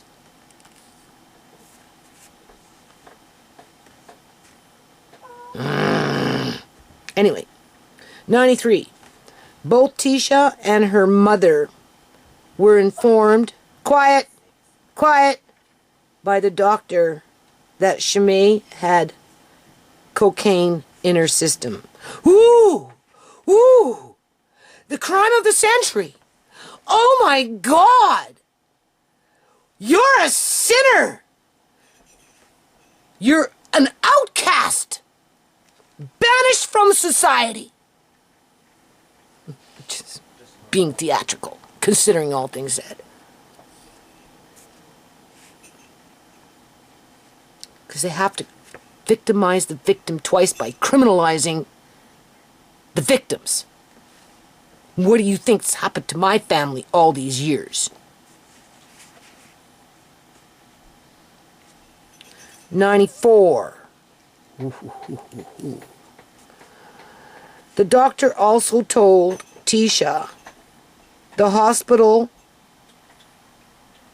told Tisha at the hospital that to confirm any other drug like fentanyl being in Shimei's system would require a different test.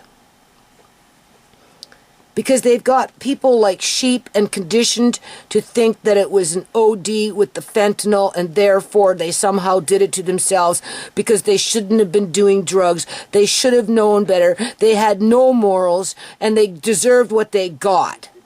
And a lot of that shit comes from organized religion in partnership with criminal activities, in partnership with criminal organizations via through your public union sector. That's how they fucking justify it. And then they play dumb when you call them on it. Yeah. 95. Tisha remembered... Shut up! Tisha remembers the doctor mentioning that Shimei was breathing slightly more on her own than the machine was breathing for her at the initial admission of Shimei going into the hospital. Okay, well, I don't know what that means. That sounds like Shimei was breathing here at the house. But I wrote that she wasn't breathing. She sure in the hell wasn't breathing with me. And they didn't get her breathing. I don't know. She didn't see them take Shimei out in the hammock. I did. As a matter of fact, I don't even know where Tisha was. Okay? So, let's read that again. Tisha remembers the doctor mentioning that Shimei was breathing slightly. Oh, okay. So the doctor mentioned that when they brought her in, she was breathing slightly more on her own. Okay. Quiet!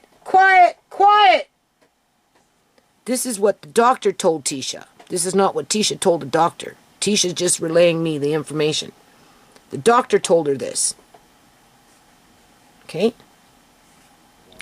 Tisha remembers the doctor mentioning that Shimei was breathing slightly more on her own than the machine was breathing for her at the initial admission of Shimei going into the hospital.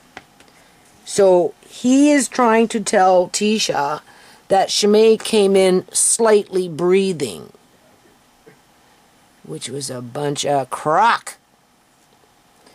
All you have to do is give the illusion, all you have to do is give the impression that something is happening, and people will believe it before they will question it, especially when they're under high stress and in panic mode.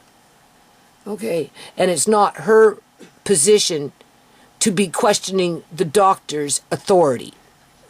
And she was taught that ever since she's been growing up as a little kid. Do not question authority.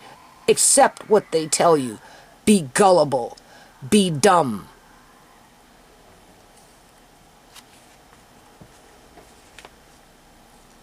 Otherwise, there will be consequences for it if you don't. However, this is questionable, as that evening when Judy went to go see Shimei, the attending nurse told Judy that Shimei had severe organ damage because they have to prepare you to turn off the machine in order to hide what they did. Because the last thing they want is a dead body decomposing on a hospital bed for 9 days. So if they can turn off the machine by day 3, there'll be less chance for the family, or anybody for that matter, to notice actually the body decomposing, like me. And I wasn't the only one. It's just everybody in the group is conditioned not to question authority, and certainly not doctors and nurses. But they knew. Something inside them told them something was wrong.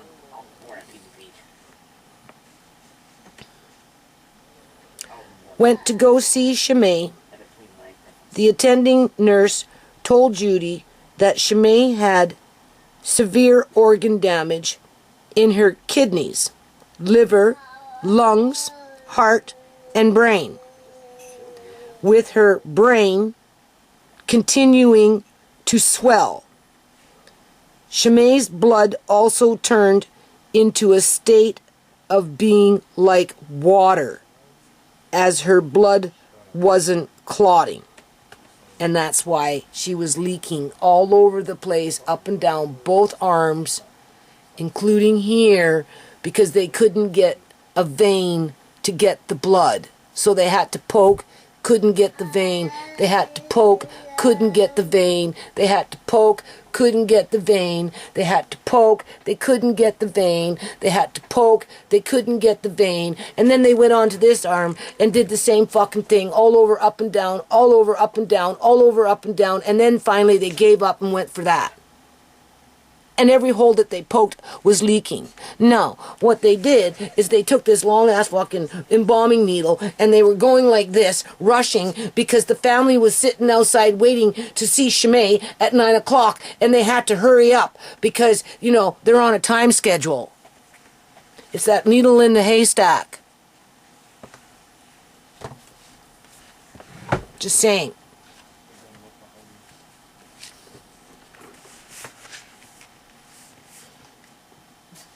It's as plain as day as their password that just popped up out of nowhere. And then the cops just conveniently ignored it. And came back with a broken phone and said, oh, we can't do nothing because the port's broken. Yeah, okay. No, you could do something, but you didn't want to. Because you got bought off, that's why. Because you're not even fucking 100% of human DNA. You're like that baby face, fucking 6'4", cop or whatever he was, 6'7". He was 6'7", a big cop with a baby face, like from a horror movie. Like, who runs around at 6'7", 320 pounds, right, with a baby face, with something that's clearly torturing you? With the Addams Family Body Do Guide coming in with his bracelet with the studs on it, right? You know, masochists and sadists, those kind of guys, right? In and out with the cell phone, looking and laughing, and grinning, and doing his hand signals up on the street with Sierra, as the babyface cop is saying, "Did you get the stuff? Did you get the cell?" I thought he was there for a body. Why aren't you asking me if he's not getting the body? What was so important about the stuff? What was so important about the fucking cell phone? Well, we know why, people. Another needle in the haystack. There's a lot of needles in this freaking haystack, don't you think? Damn right there is. And the stress is making me go blind. Because I'm falling through the cracks. Because I couldn't get a referral. I couldn't get one from my family doctor. Couldn't get one from this clinic. Couldn't get one from that clinic. Couldn't get one from that clinic. When I did have a fucking doctor, what did she do? She put in 2 bottles of freezing agent where I was spitting out big green globs of glowing shit. Don't tell me my family hasn't been targeted.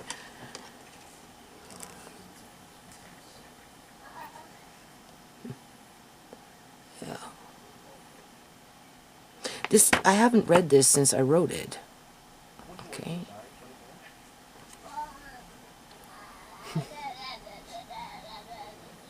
However, this is questionable, as the evening when Judy went to go to see Shimei, the attending nurse told Judy that Shimei had so if you got severe organ damage in her kidneys, her liver, her lungs, her heart, her brain, with her brain continuing to swell, tell me, how the hell was she breathing? When she wasn't even breathing in the basement. Okay? And what was she breathing out? A bunch of bubbles? Did it become a fucking bubble bath? Like, seriously.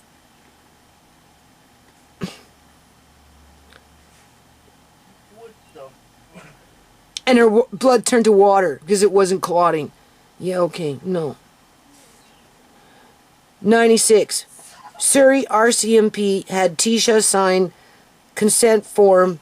And that's another thing. They came back here after the fact and everything was all said and done. And they had me sign another form. And it was all fishy-wishy. Like it was fishy. I don't know. It was just really creepy. Because whatever they did was wrong. And then they had to come here and they had me sign something and they had it post-dated. They had it post-dated. And then the cop told me that the autopsy that they were going to do was going to be on her blood. And I think he said maybe urine. In other words, don't expect to have a full body autopsy done, as in terms of the forensic one that I was requesting, or even an autopsy being done by the hospital. He told me it's going to be on her blood. And I can't remember. I know he said blood. I can't remember if he said urine, like on the body fluids that they collected at the time of when she went in there. That would be the autopsy. That is not the autopsy that's toxicology. Okay? That's not an autopsy. That's not what I wanted. I wanted a forensic autopsy.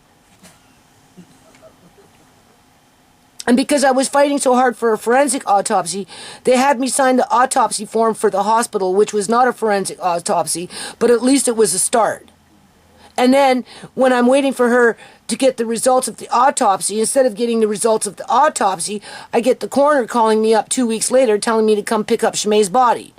And now I'm arguing with the coroner, saying, well, autopsy's done? No, it's not. We're not doing one. What do you mean you're not doing one? Why has her body been there for two weeks? Like, I'm waiting for you to do the autopsy. I signed the paperwork. Oh, I'm not doing one. Well, that's not what you said. Well, I'll call you back. Then she calls me back. And then she tried to say she did one, but she didn't. Bullshit, people. That's why I don't believe her body's in that urn. They took her skin. If they're going to take her organs, and they're not going to take her teeth, they took her skin. They prepped her skin. I'm not ashamed to say it. Somebody needs to say it. Somebody needs to start calling these things out. I don't see no blood in.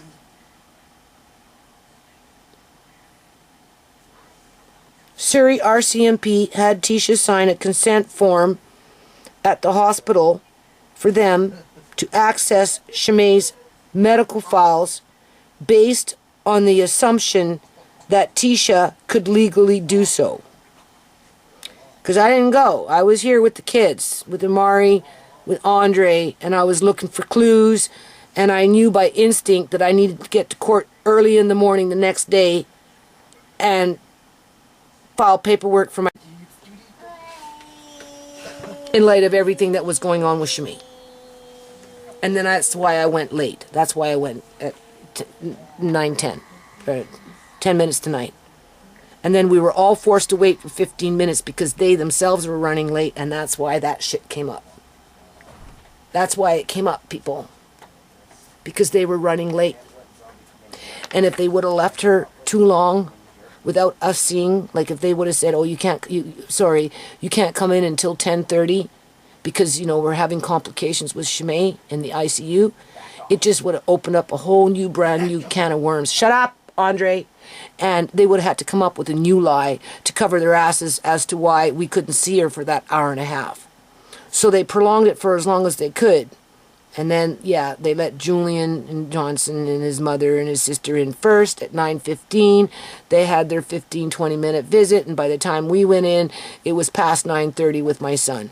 And by then, whatever they had done, because they were running late, it takes 45 minutes to only 1 hour to embalm a body, unless, of course, you have complications. Clearly, there was some complications going on there on both arms. They covered it up successfully with their ice packs on her legs. I mean, you're right, with the excuse that they were trying to cool her down because her brain was swelling. But at the end of the day, they got caught red-handed. The only thing is, it's like Rhea says, it's hard to prove. Nobody wants to believe it. Everybody trusts the healthcare professional and their authority. People would rather run away from the truth than stand up and face the truth and fight against it if there's a wrong. And then, of course, you're dealing with those with criminal mind that justify the lie and want to bury the truth. So, you know, as if I'll ever get justice for my daughter.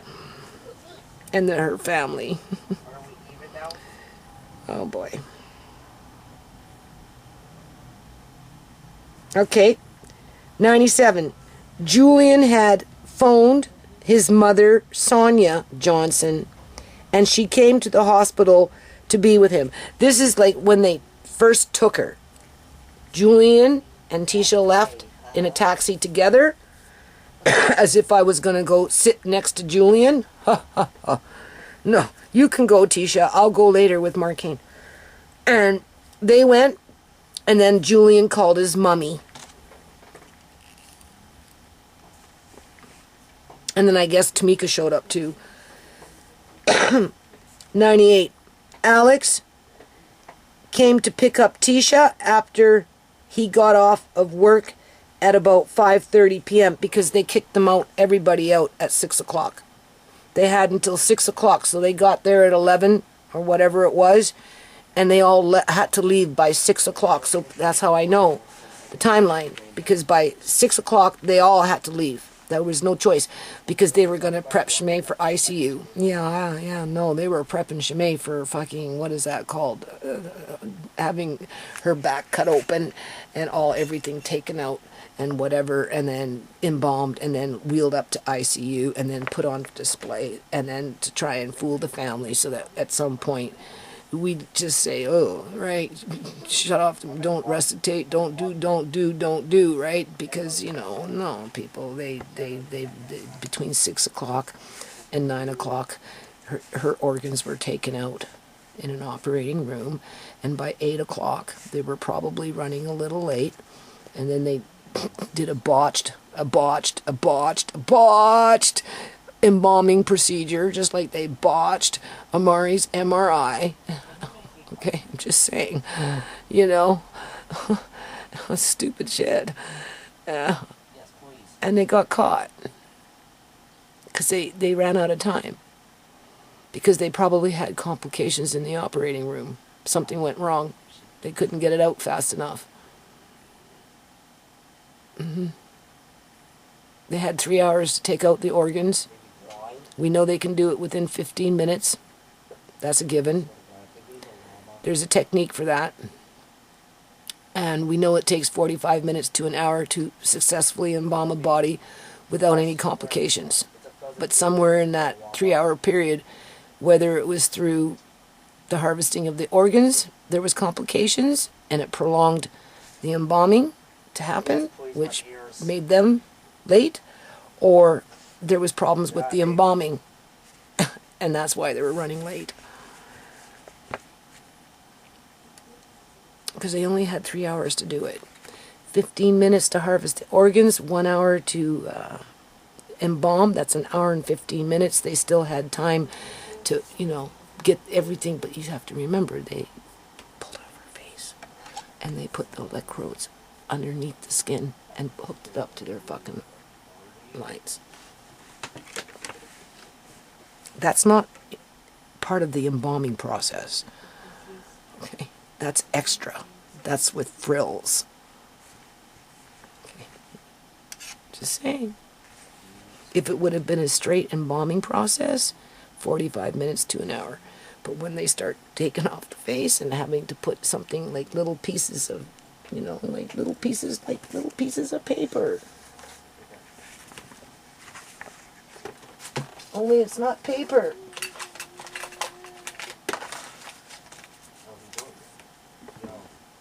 It's not paper. It's under the skin. And then somehow with their little tubes running their solution to give the color.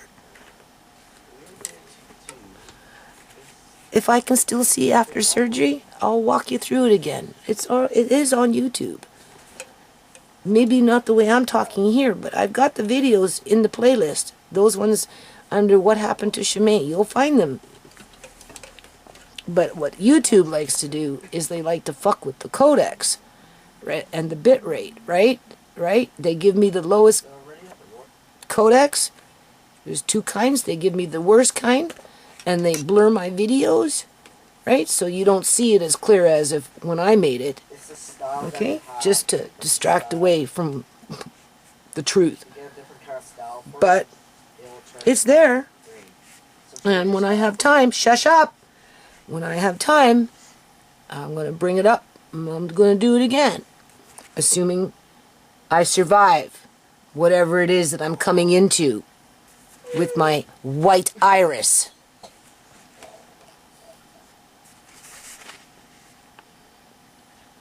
Maybe that dream is preparing me to go completely fucking blind. For all I know, that's exactly what that did. I wouldn't be surprised.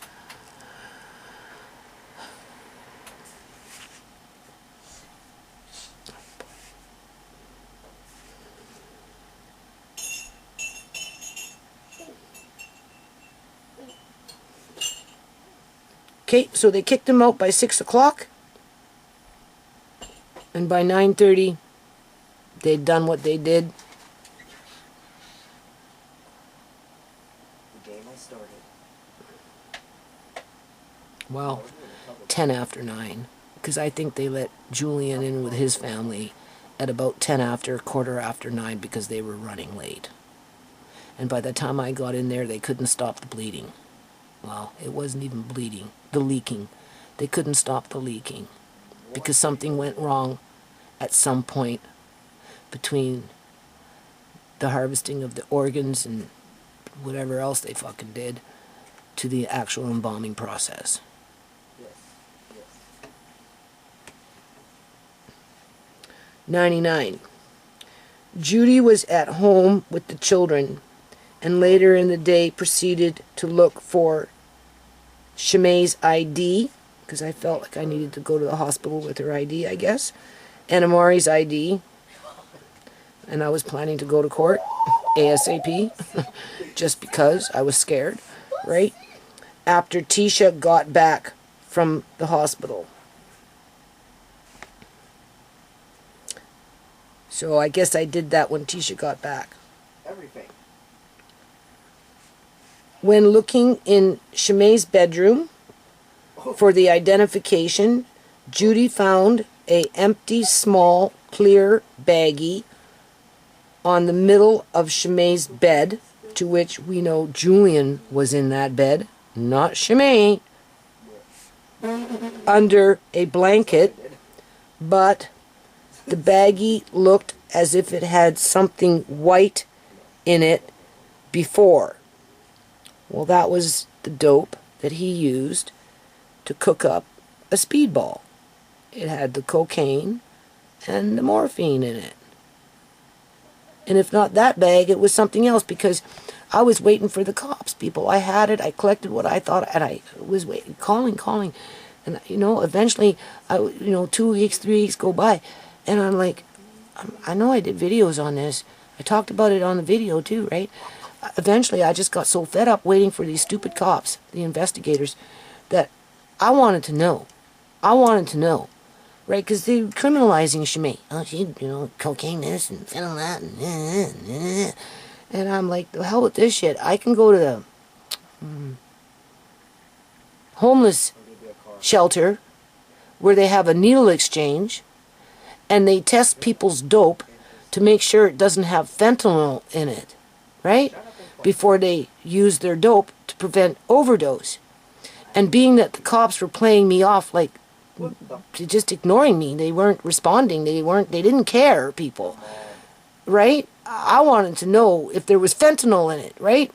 So I took that baggie and I went to the needle exchange and I had them test it for me, and it didn't have fentanyl in it. It didn't, people.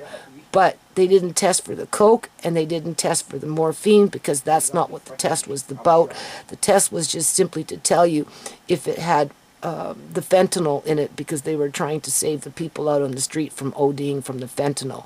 And then they told me to take whatever I had, but by then they'd already tested it, so that they couldn't be tested again. Either or, they told me to... Did you bang on your desk? No. Either or, I didn't hear anything. Either or, they told me to go to the police station and to contact anybody that would talk to me, for that matter, and to request an investigation. And so I go to the police station now. I walk from the needle exchange to the police station, which is 3 blocks away or whatever it was, and I'm speaking to this constable, and I'm telling her what's going on, and she's asking me why I'm getting it tested, and I'm like, well, because you guys aren't coming to my house. You're ignoring me. Like, what the...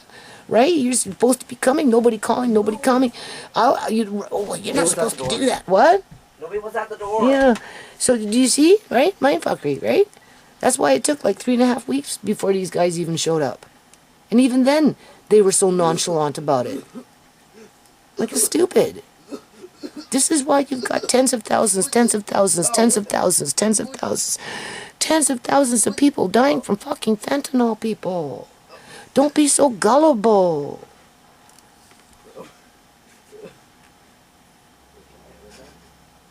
Right?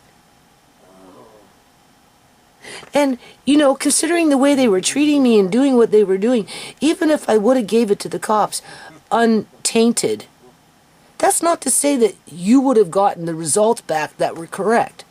Because it was a cover-up. They weren't any more different than the beat cops that were in my basement. They all work in the same fucking unit, for crying out loud. They're all getting the bonuses on their check for being, I don't know what. They're more than just assholes, okay? She also found a bag of pot on Shimei's dresser and put both items into a Ziploc bag for the police if they requested it. But they never came back, and that's why I started asking for an investigation, right?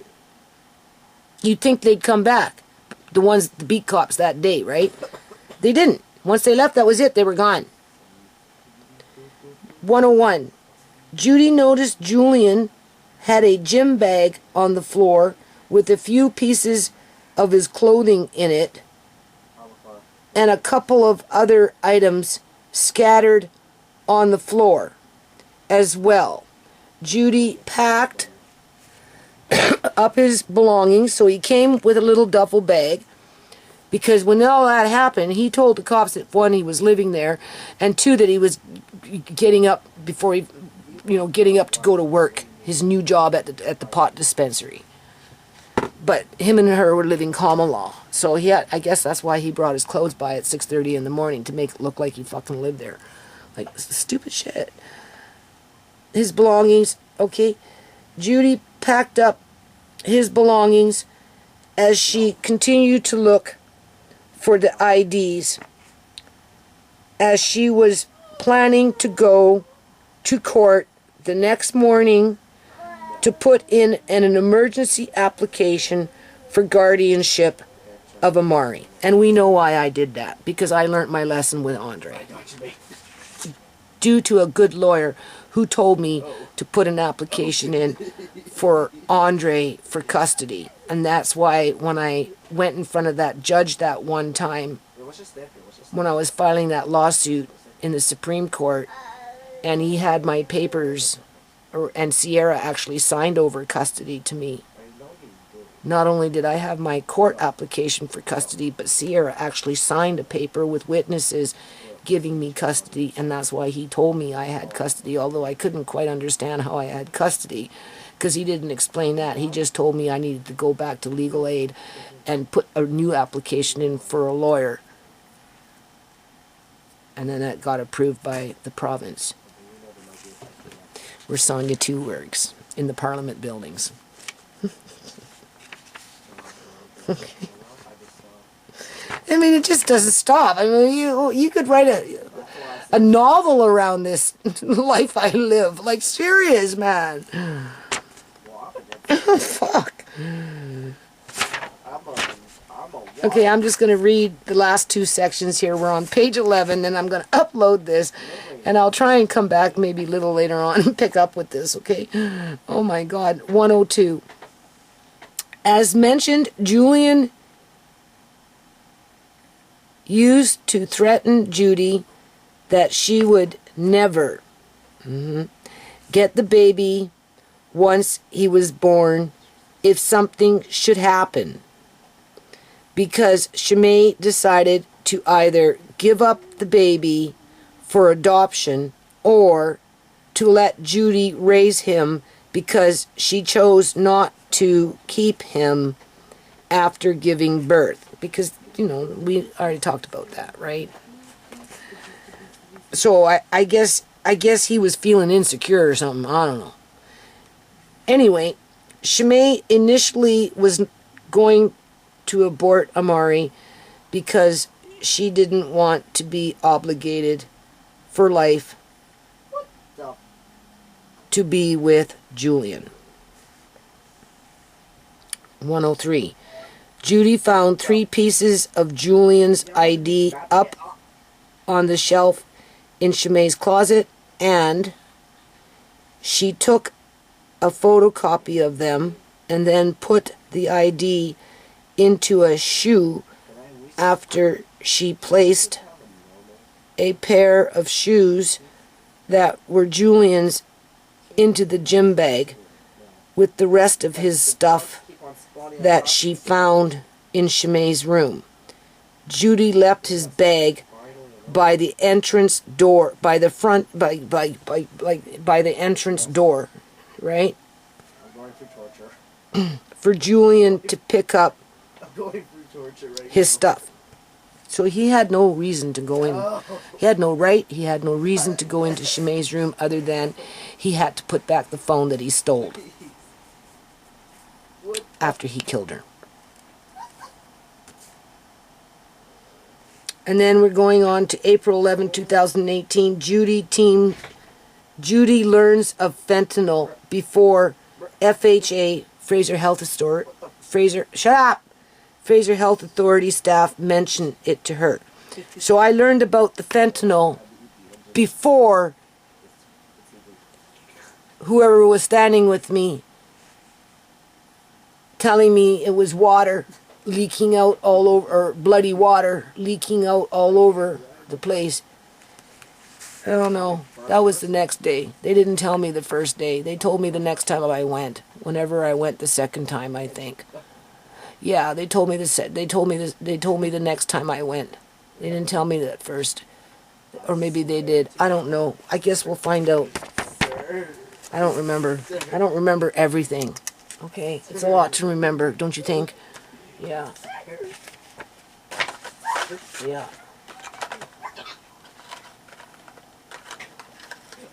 I don't know what I'm going to do with this in terms of, I just don't know, people. I'm too young to lose my eyesight.